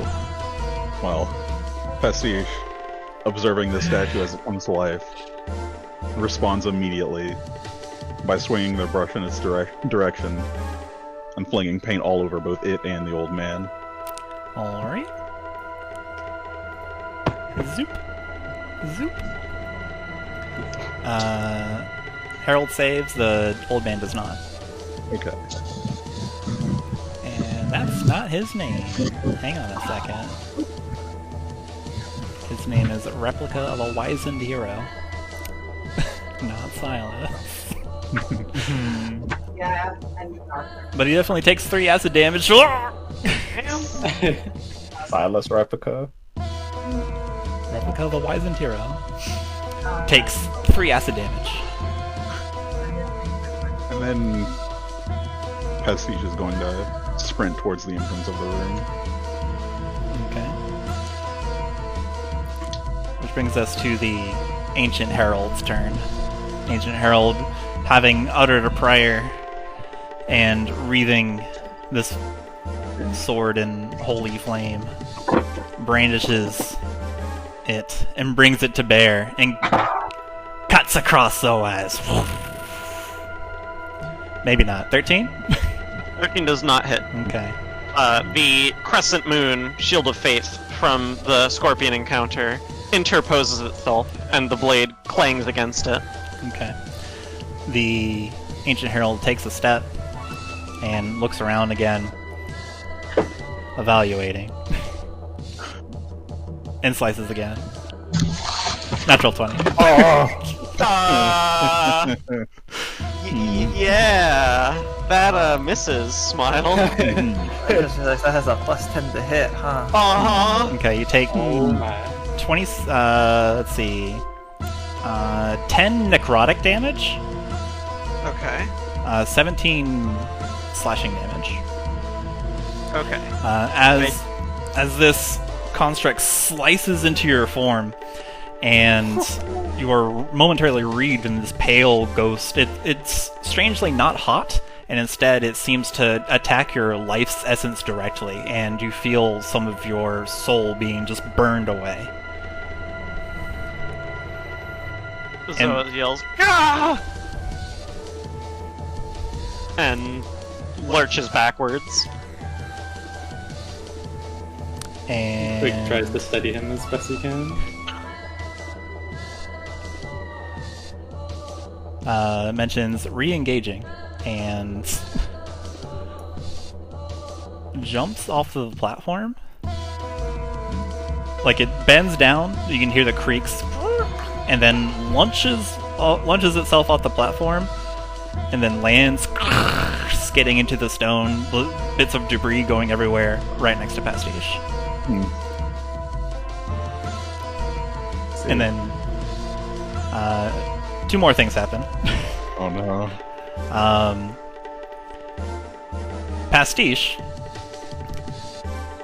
out of nowhere, comes a halberd flying down. A ghostly halberd comes flying down on top of you. with a 10. Which fortunately whiffs completely. Okay. As a tiefling apparates into existence next to you. Oh boy. Oops, private. Alright. There we go. Does a 16 hit you? Sorry. 16? Wait. What? It's the initiative. That's the Oh, it's the initiative. initiative. Gotcha. Okay, yeah, 10 sorry. was the 10. Does a 10 hit you? No. Alright, gotcha. Thanks. Thank you, everybody. Okay. As a tiefling,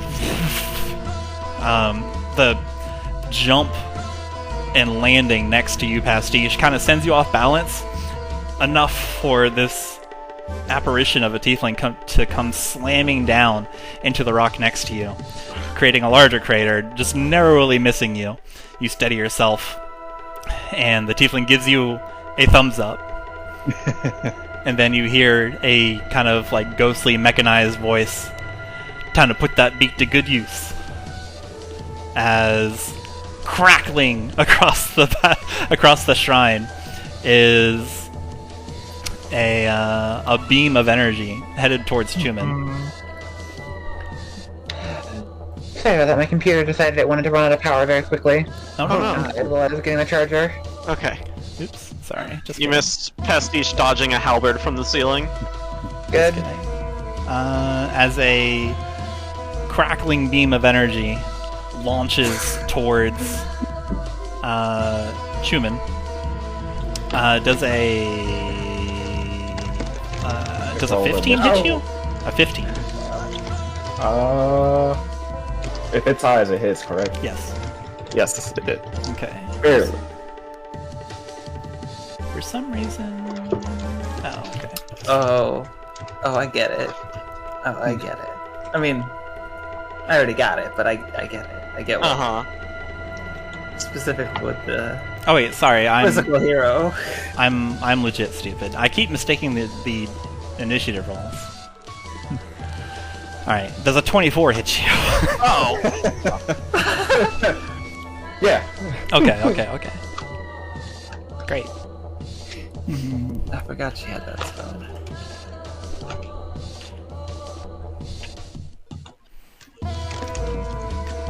11 force damage to you as a ray of leafy green energy slams into your side, close to your neck, Chuman, and as it dissipates, just evaporates. You can hear like high-pitched, eerie cackling and laughing.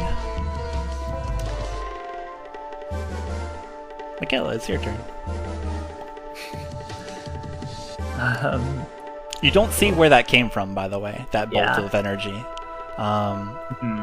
Neither of us are It just. did. Nobody can. It seems to come out of nowhere. But Makayla, you're up. Cool. I want to let you know I have a very big, stupid grin on my face. Same. Yeah. I think. Oh, you do hear someone yell out, "I am my own bird!" from this direction, giving away their position. Yeah, she would do that.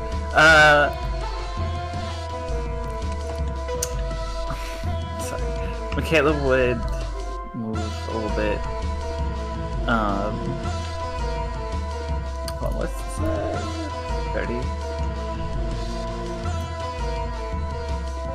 I guess. Yeah, while moving, well, less up, of course. And then while moving, would like come over to assist. Oh, actually, no. Pastiche can teleport. I take that back. You're on your own. You start towards Pastiche and then remember, wait, Pastiches want to teleport. Forget that. Yeah, I was like, wait, no, Pastiche is literally probably just gonna like blink out of there. And instead, I guess move up, like around here, and try and say to this like. Kind of looks like transparent, right? Kind of hologrammy. Yeah, kind of hologrammy, but you can tell that it's a white man with like slicked back, shock white hair. He's got a mustache, and he looks like a bona fide adventurer. He's got a long sword. He's got a shield out at the ready. He looks like he's ready for anything. Like he's seen some stuff.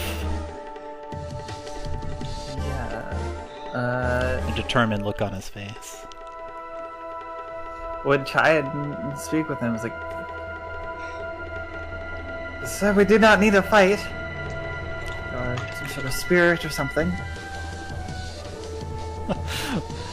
Fight you must. There's the Rascalians after me every day.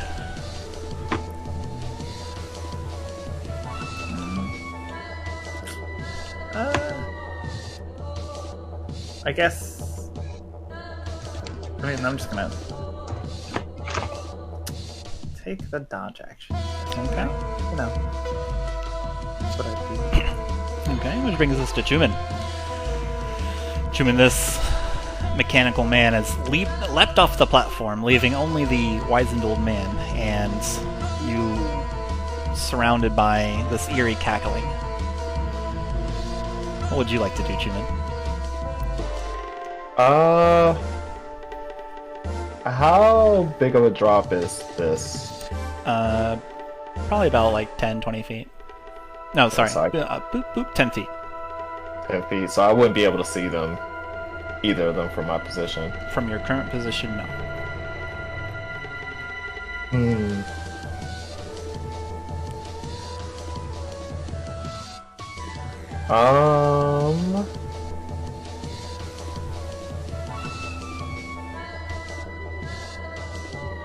Let's see. I think Chuman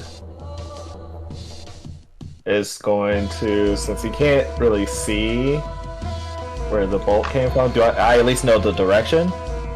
Yes. You can see the direction, you can hear, I am my own bird, from up here. They're on the same level as you, directly south from you.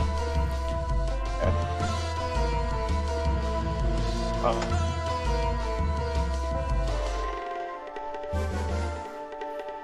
I think Chuman is going to hide behind the table here and just kind of put himself into a defensive position while he considers his options. Okay. That's it. The fight rages on. Zoaz reeling, steadied by Twig. By golly, that fire sword means business.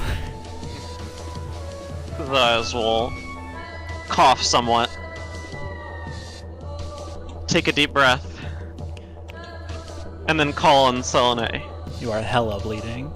Yeah, call on Selene to bolster his strength in this time of need.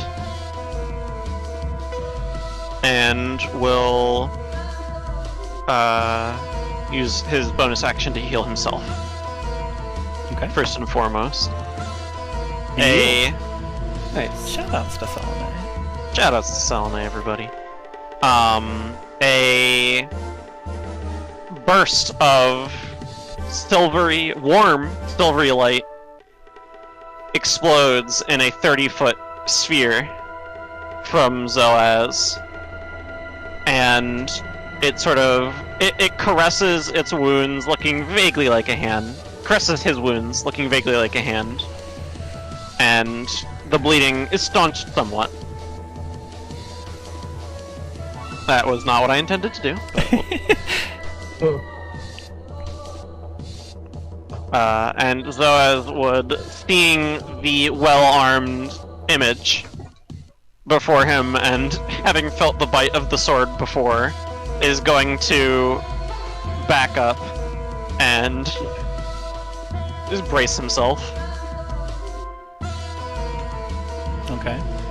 And that'll be the end of my turn, because that is action, bonus action, and movement. What action are you taking? Aura of Vitality. Oh, is it? Oh, It is one action Sorry, I to cast misunderstood. Okay, cool. Gotcha. Which brings us to this replica of a tiefling, of an ambitious hero.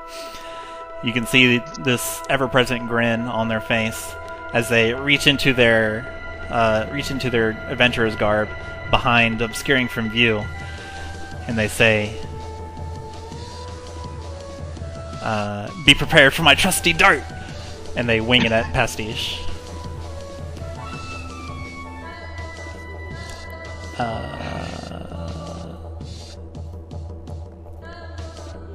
Does a 7 hit you? It does not. You are prepared for the trusty dart. I always come prepared.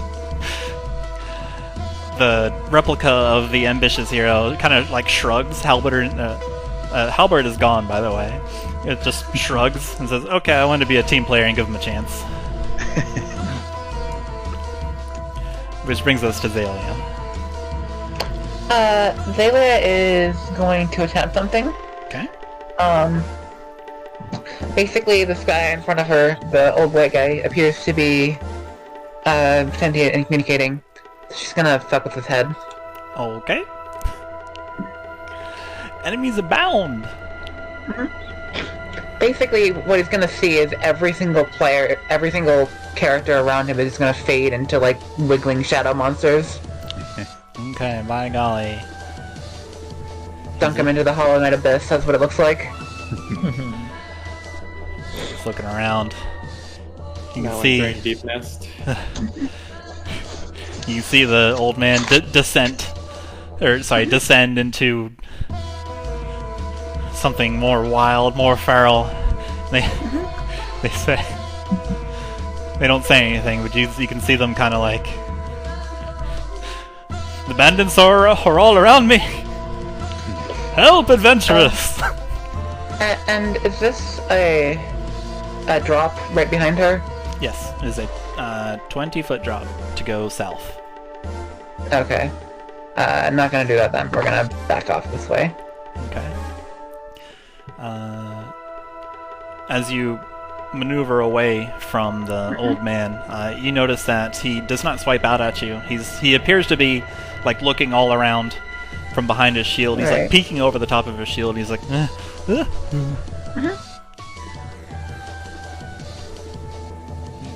And let the turn choose not to fuck with his head. You certainly have achieved that.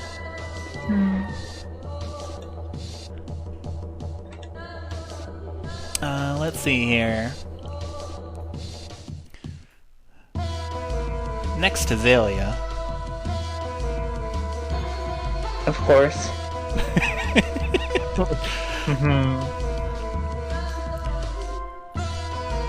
There is a quiet cackling and a poof, just poof. There's like a visible poof.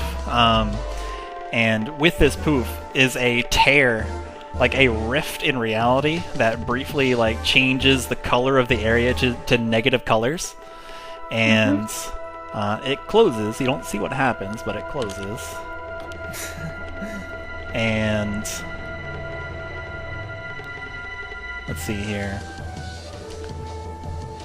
From behind Twig, a blast of energy. Leafy green energy. Does a 20 hit?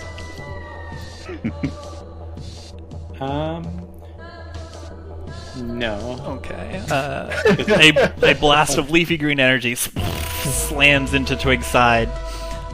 Oh snap! You were serious. Cool. All right. Slams into not Twig, but tell me what instead happens. Twig notices the beam at the last second and like swipes a finger in front of him, and like blue energy redirects it, smashing into a wall behind him. Okay. Crash! It dissipates into the wall, and as the energy dissipates, just like it's eerie cackling. On that note, could Chuman take a reaction? As long as it's appropriate. Would it be for a crossbow attack or no? No. Okay. Cool Ace looks around. Oh crap! That's exactly Cool Ace. And Cool Ace is going to take out their saber, kind of like flip it in a circle 3 times, and rush forward up the stairs and slice at the image of the tiefling.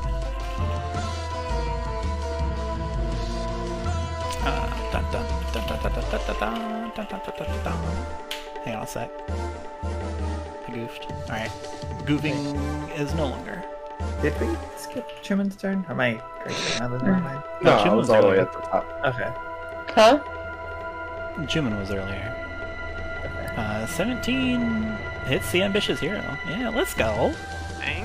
Cool Ace is really cool. Cool Ace runs up. Now. Dang. Oh my goodness. And cuts through the hologram. That? It's because their sword is named. That's why I did that. Ah, true. Because he's not slice of water anymore. That's just how it is. I thought it was 13. I can't do math. Got it. Twig, it is your turn. Things are happening. What would you like to Things are- contribute? Definitely happening. Seeing what the Herald did to Zoaz, Twig's gonna run up. He'll use his bonus action to shove the old man off balance as he runs past him, disengaging. And he's gonna try to like jump on the Herald's shoulders and like stab it in the eye with a dagger. That's pretty cool. Do it. Mechanically, I'm imagining is like just jumping down, hitting him from over here. Yeah. Let me just get my trusty dagger. Dagger. Dagoo. Oh,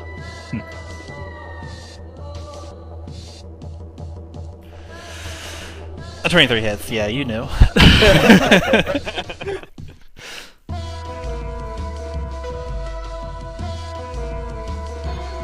Yikes. As you vault on top of this creature, stabbing into its structure, and then rolling off. Yeah, you got it pretty good. Ouchies. That hurt. That'll be it for me. Okay. But then the Ancient Herald reevaluates. You can see the wave of turquoise light wash over you, Twig. You appear to be being scanned. Let's see. The replica of a wizened hero. Let's see. He has to do it randomly, right? Yeah, So, randomly one, for two, any, Oh yeah. for everyone in its 5, vision 6, range. 7, 8, 9. 1d9. If are indeed enemies abound. Oh, wait, 1d10. 1, 2, 3, 4, 5, 6, 7, 8, 9. No, 9. Enemies abound. 5. 1, 2, 3, 4, 5. Okay. He looks around and kind of like positions towards Twig.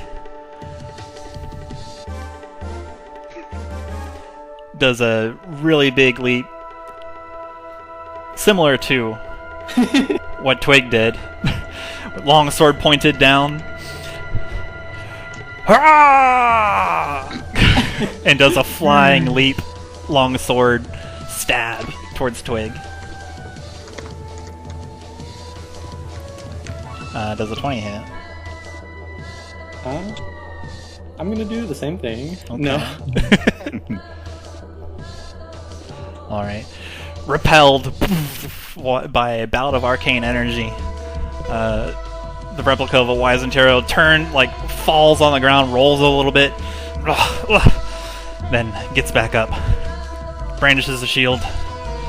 Go on! I'll keep this big one busy! Which brings us to Pastiche. Pastiche surveys the situation. Looks into Cool Ace's eyes. My friend, we've only just met, but I am sorry for this. What? Pastiche What? What do you mean? grabs Twig by the hand. Oh no! Wait, are you? Points skyward. Pastiche? And vanishes. Wait a minute. What do you mean? What do you do? Ah!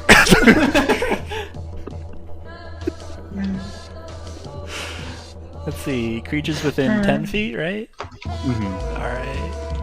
Well, let's start making saves. Wow. Oh no! Yeah. Okay.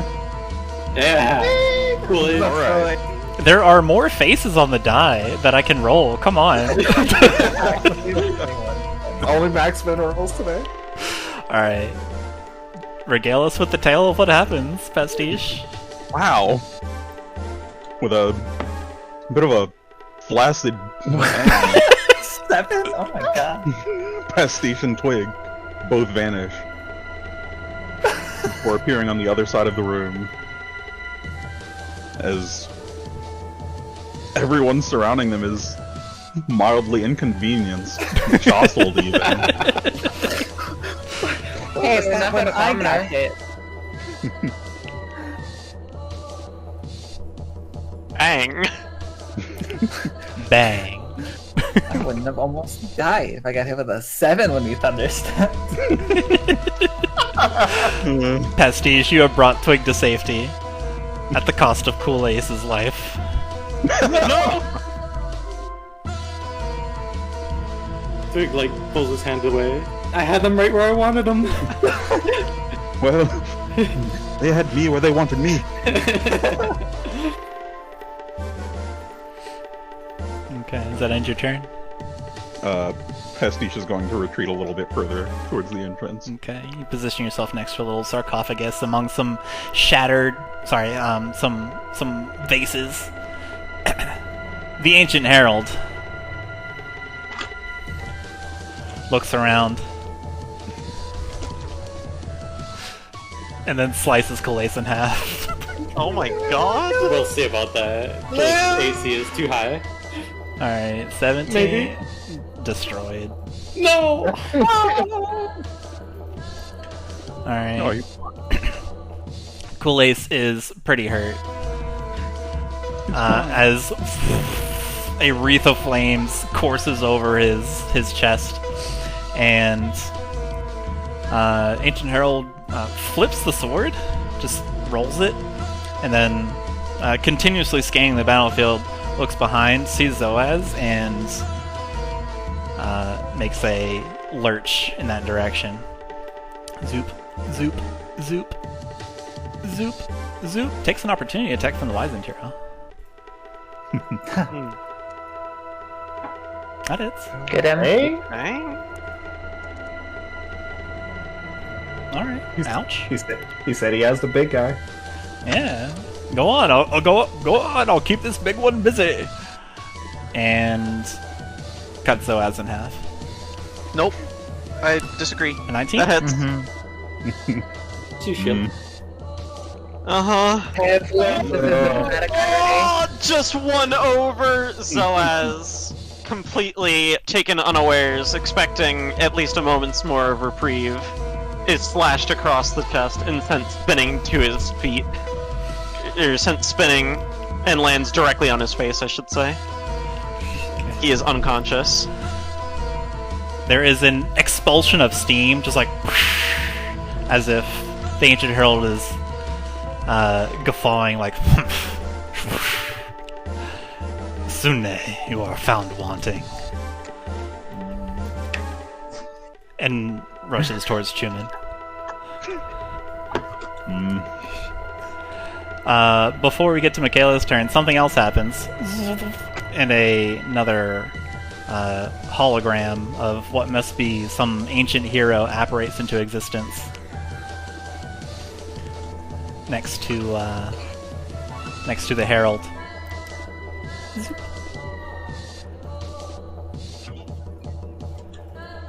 And they come in, and immediately from their eyes, they hold two fingers up to their eyes, and then cascade them towards the ground in an arc. And from above this person, who you now see is a masked, hooded individual with just a gray, featureless mask with only like blue glowing eyes behind, overall like spiky, angular leather, just full body like leather, is a massive fiery laser beam. Yeah, I forgot what their class was. Let's see here. We cannot get Xalia, but we will get Makayla. As I need Makayla to make a dexterity save, please. Boy. If only dodge would help. Oh, I survived. Hey! You take half of 7 fire damage. Cool. As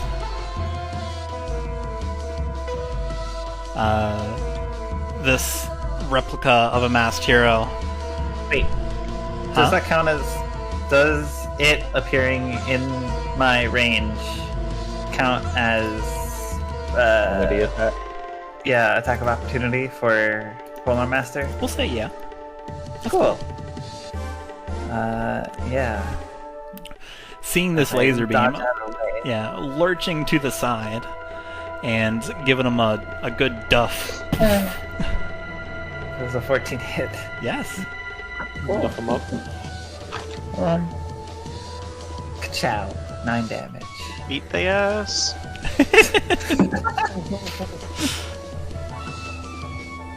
Wait, can I do this off my turn? I've never actually tried. There's like a reaction favorite thing foe. for it, isn't it? Oh, favorite foe? It's when you Favorite hit somebody, foe yeah? is- Only is it just on my turn, or is it like on a turn that I can activate it specifically? Is what I'm curious. Favorite foe. When you hit a creature with an attack roll, you can call blah blah blah. First time each of your turn. Okay, cannot. Doesn't work. Okay. As Oh, this, never mind. so you lurch, you see this laser beam of pure searing magma just bzzz, go across the ground from you. You lurch yourself to the side and then poof, duff him in the stomach, kind of knocking him off balance, interrupting his line. You take half of 7 fire damage. And that brings us to Yeah. Makayla's turn. There is a row of fire now. It is on fire, like... Alright, well, I'm gonna step around the fire. Step out of the fire. And...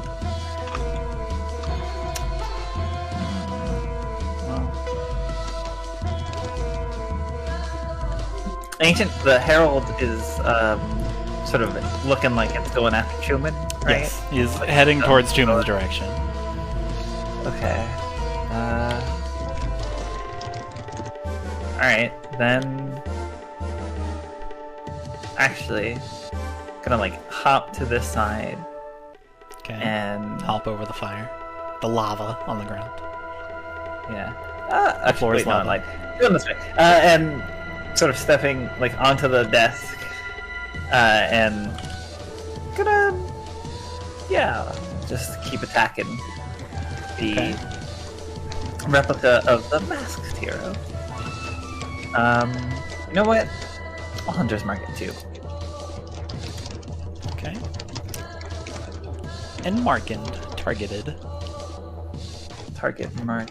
Bonus action Hunter's Mark. Alright, Market. 1 attack for 10. That does not a hit. whiff. 2 attack for 11 does not hit. Wow, that was awful. Aw.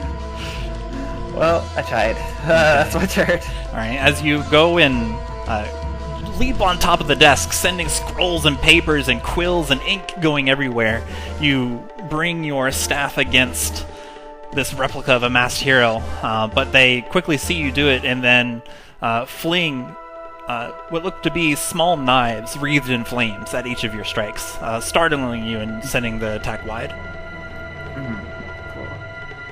Chuman. Quick question. If I give a item over to Makayla, is that an action or a bonus? We'll say it's a bonus action. Okay. If you're just giving something. Yeah, here, take this, bonus action. Yeah. So Chuman, noticing that the Ancient Herald is coming after him, is gonna shove a potion of healing over to Makayla. And can you try that again? I didn't do it. If it does it There was again, like some error. It might have been like a bug in. if it errors See if again, it just works. pull it from the compendium. That's And what I then was gonna delete do, it it's from just- Chuman's. Yeah, it's not working. So I think something broke with that add-on. Oh, that module. I'm writing it down. So Chuman shoves the potion of healing, and as he does it, says it's for Zoaz. And then as he backs off,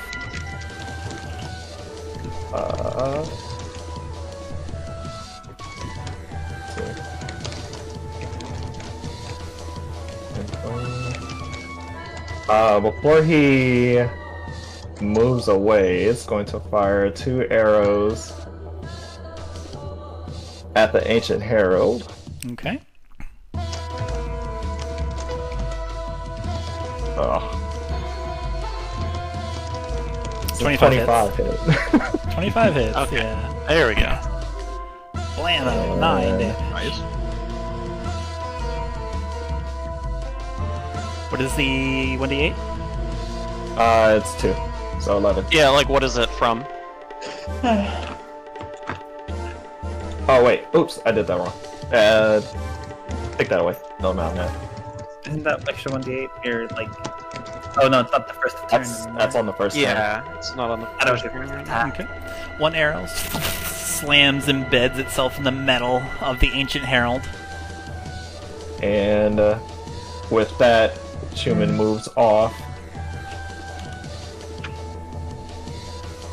to at least pull the Ancient Herald away from Zoaz's body. Okay. And that'll be it. Zoaz! You're In unconscious. Zoaz's mind, a figure, a plain white void, in which Zoaz is standing, and a figure, a cloaked, hooded figure, machine wrought, machine made, appears to him, and Zoaz asks, "Who are you?" And then we'll move on to the replica of the ambitious hero. I needed a save from you. Oh yeah, true. Me trying to get out of the save. Just 1d20, right? Yes, please. It's like, oh, that's all very nice, but you're still. Yeah. Yeah, it's pretty cool, but... Uh-oh. Go ahead and mark- go ahead and mark that. It's not a 1. It's not a 1. True. Okay. Let's see here. The replica of an ambitious hero opens his palm and then just shunts out a halberd, catches it in midair, and then flips it over their head and says, "Bro, check this out!" And then spin slashes Cool Ace.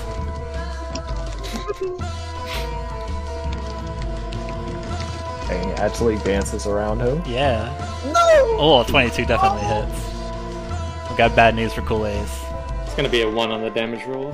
Please! Oh, so close. Zoop. Zoop. No! Alright, Cool Ace takes 18 damage. Hmm. From the ambitious hero. Kind of like thumbs his nose. And then takes like a couple like jumping steps backwards and rushes towards Twig.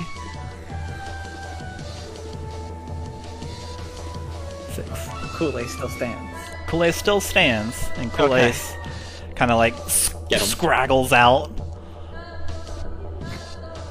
A miss. With, Can't always crit. which brings us to Xalia. The battle unfolds as Xalia's perch atop the island in the middle. What would you like to do, Zane?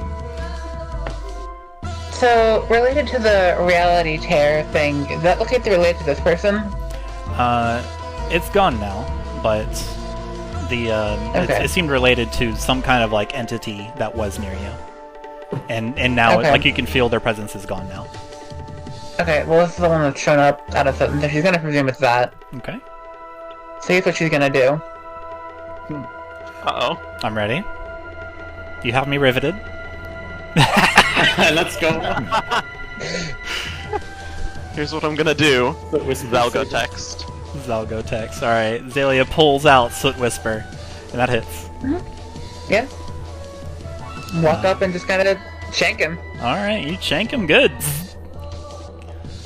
Ouch! Dare you tear reality in front of me? Listen, I'm gonna do it back.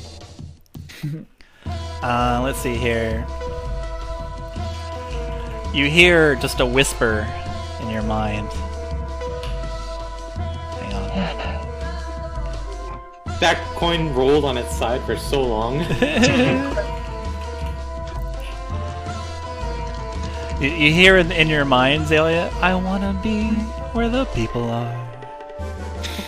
Roll me another 1d4. Okay.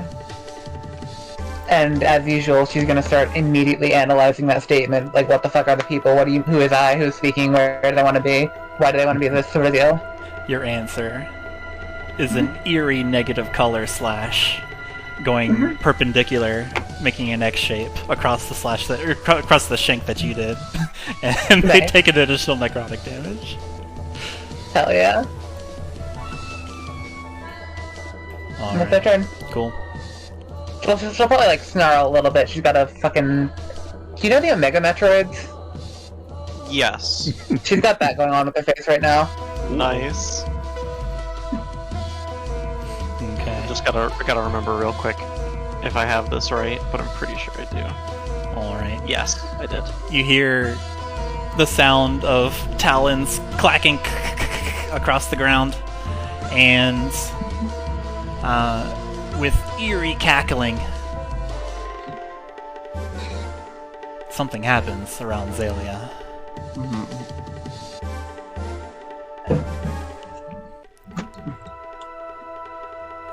Xalia, I need you to...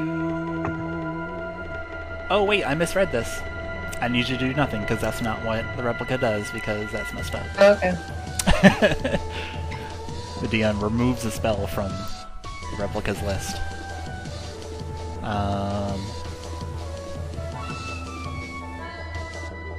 Oops, that's a spell slot. I need you to tell me if this hits. 17. Fuck my brain. No, it doesn't. Does not. Oh, a shield? Alright. It just kind of... There's an illusionary extension of, like, the smoke around Soot Whisper that just kind of slams into it and dulls it. Nice. Then it dissipates. Dissipates into eerie laughter. Yep.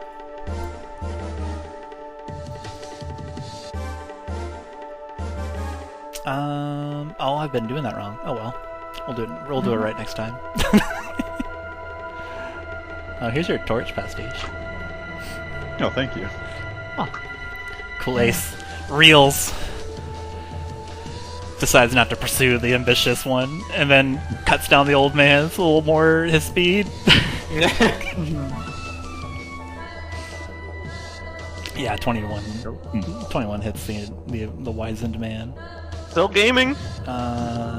Wait, that's plus 3. It's actually 11 damage. Third.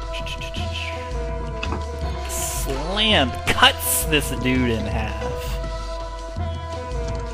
Next. Cool Ace is like, yeah, gotcha! You can see Cool Ace is kind of into it, like getting kind of pumped up. Which brings us to Twig. You have an image of a tiefling pounding the across the sand on top of the stone towards you, brandishing a halberd that seems to be able to be summoned at will. Twig's gonna make an improper gesture to him as he sprints to the north. hearing Zoaz's cry. And would I be able to make it like past this group of enemies to this square next to Zoaz? Yeah, you can tumble. Give me an acrobatics. Okay. Give me an acrobat. Oh, whoops! Forgot to put him in initiative. Okay. Yeah, you absolutely can. At the price of telling me how cool you are. Darting past Makayla, Twig's gonna like hop up on the table with one foot and like dive between the gap between the Herald and the masked hero. Okay. And he's gonna feed Zoaz a healing potion. Cool. Oh. If I could find it, there it is. He used it up without rolling. It's 1d4 plus 4, right? 2d4 plus 2. You can click on the there it is. button in the... I didn't see it popped up in chat. Nice. Oh, I'll take Twig's. Because Twig was the one feeding it. Yeah.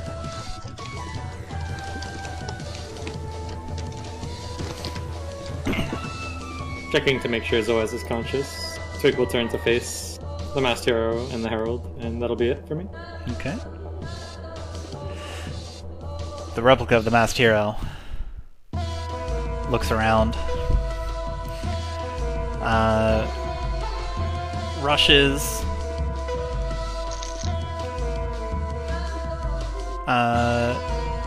gets on like all fours and like goes underneath the desk, zoop zoop, and comes out on the other side. Is that legal? Yeah. Go gamers, go! Beat their ass! Take the shot! Yeah, so like they get under, they get down on all fours and like go under the desk, not wanting to go over it apparently, or just you're not sure. But this image of a mask. Does that count as leaving range? It does. Okay. Oh, time. Take the shot! It's at advantage because they're prone. Oh, baby. 18 hits. 21 That'll be a hits. booming blade too, because of Warcaster. Yeah, go for it. Slow-mo.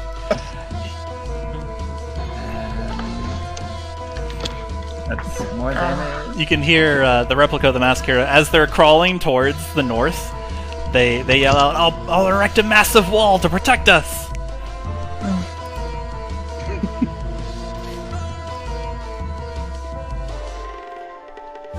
No, you won't. One. This is the booming blade. Oh my god. Roll me a 2d8 too, because they moved. Oh god. Oh, there we go! Alright. Hold on. Alright. Thank you, Rogue! Twig, you win. My antics never end. They fade out of existence with like a static and like a tear of the hologram. But other than that, tell me how this works, you two.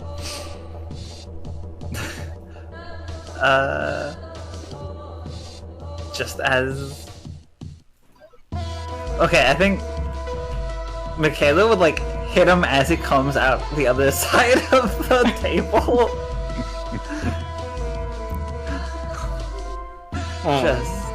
Yeah. Just like as Whack-a-mole. like, just whacks his face as it just crawls up from the other side of the table.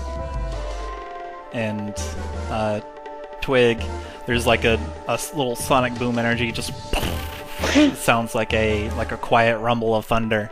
And as this replica gets smacked across the face, you can see the hologram of the mask go flying into towards one of the vases, but you don't see the face as the hood's the person is face down on the ground, the hood covering over the rest of their body, and they apparate out of existence.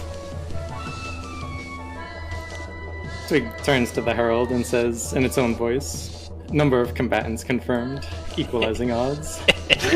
Cool. The replica of the Wizened Hero is going to randomly determine who to hit. Let's see. We can see 1, 2, 3, 4, 5, 6. Oh, I believe it makes. Oh, go ahead. 1, 2, Did it make a wisdom saving throw when it got attacked by Kool-Aid? Oh, you're right.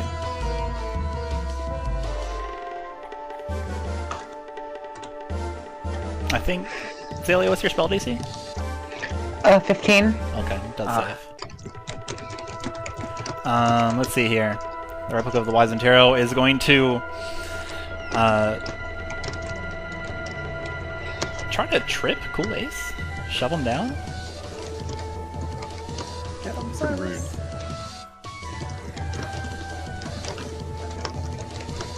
Too powerful. Can't stop him.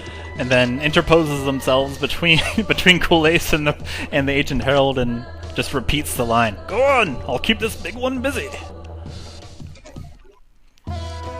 Pastiche. There's a tiefling thundering across the shrine. You can hear Zoaz's cries from across the hall.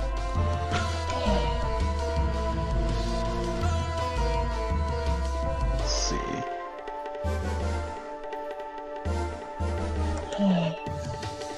Pastiche is going to take a few steps towards the action. Okay. Hop over the lava. Turn to the tiefling. You look nice down there. Why don't you stay? Whoa. As the air all around the tiefling grows heavy and dim.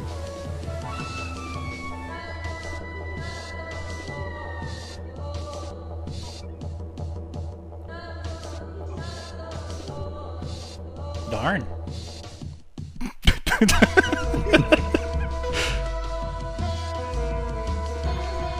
You hear from inside the darkness. Do you want to lay down on the rug with me?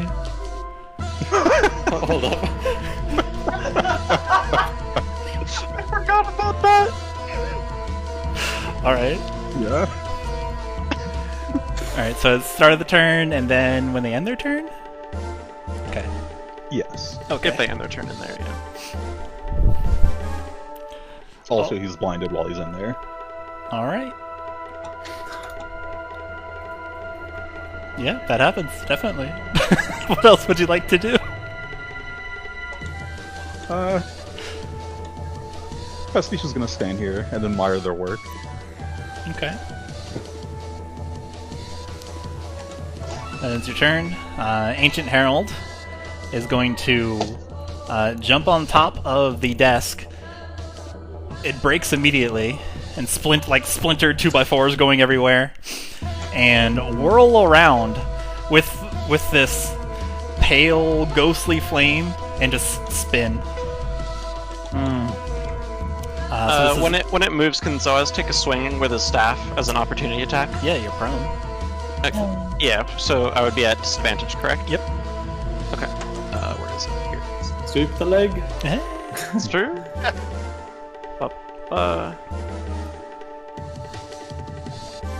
Oh, sorry. No, it's okay. Forgot. Go ahead and roll again. Yep. 7 is not Unfortunate.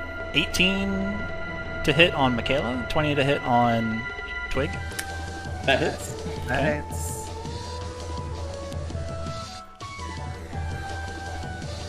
Uh, 12 damage to Makayla. Nope, same damage. Different spread though. 3 necrotic to Makayla, the rest is slashing. 4 necrotic to Twig, the rest is slashing. I don't think. No.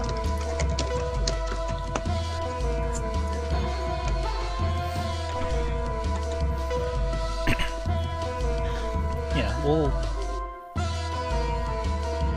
Let's see...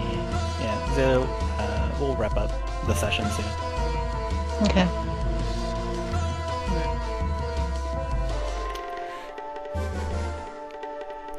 Yes, in this case, can we do the group fight? Or... Oh, I forgot about that! Yes.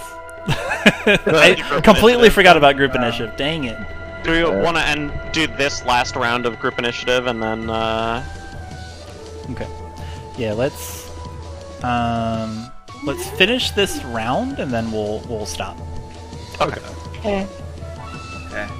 As the Ancient Herald spins around across everybody, and then continues thundering towards Chuman.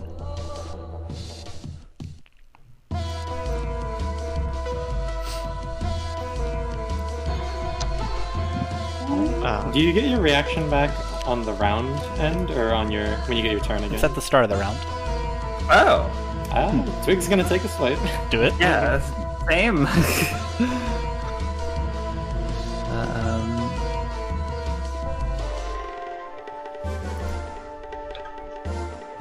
Oh, well, I missed. 9 does not hit. 9 does not hit. Okay, which brings us to Makayla, Chuman, and Zoaz together. Okay.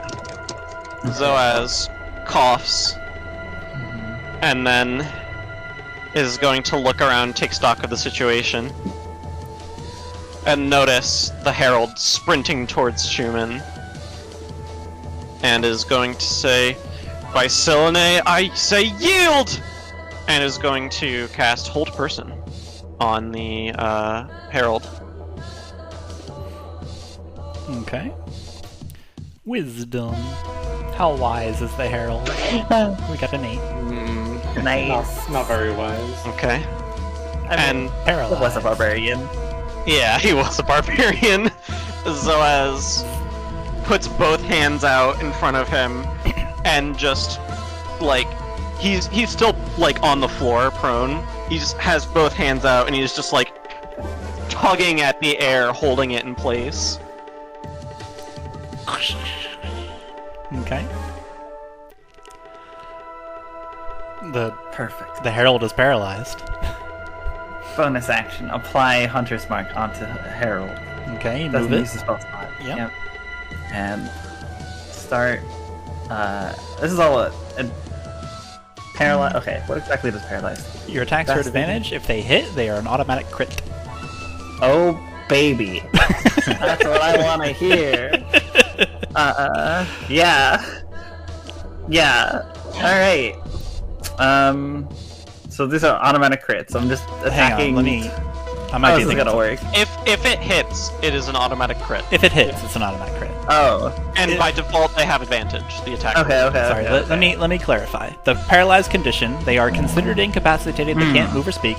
They automatically fail all strength saving throws and dexterity saving throws. Attack rolls against any attack roll against the creature has advantage, and any attack that hits the creature, as long as the attacker is within 5 feet of the creature, it is an automatic critical hit. Alright, well, in 5 feet, let's get swinging. Swinging. 17 hit. 17. 17 just hits. Nice. 17, that's one hit. And 22. That's 2 crits. 22 misses, actually? 22 misses, actually. Yeah. This is gonna be a lot of rolls. Okay, just go ahead. So as you beseech Selene to hold the Herald in place, and they are brought to a halt, they are muttering, treasure hunter, or treasure hunting aspect of Sune sighted, moving to engage. But the engage is drawn out, moving to engage as they are brought to a halt by Selene's grace. It cannot take opportunity attacks, can it? It is paralyzed. You can't do anything. It cannot move or speak. I'm still not done. Yeah, it cannot move, speak, or take. Cannot move, speak, or take actions. Perfect. So then Chuman is gonna move upwards. I mean, I am doing that, but give me a second. And he's gonna add to it by shooting out 2 arrows, one of them with paralyzed. Okay, let's add all this up. Okay, Chuman, this attack is at advantage, but you don't crit because you're not within 5 feet.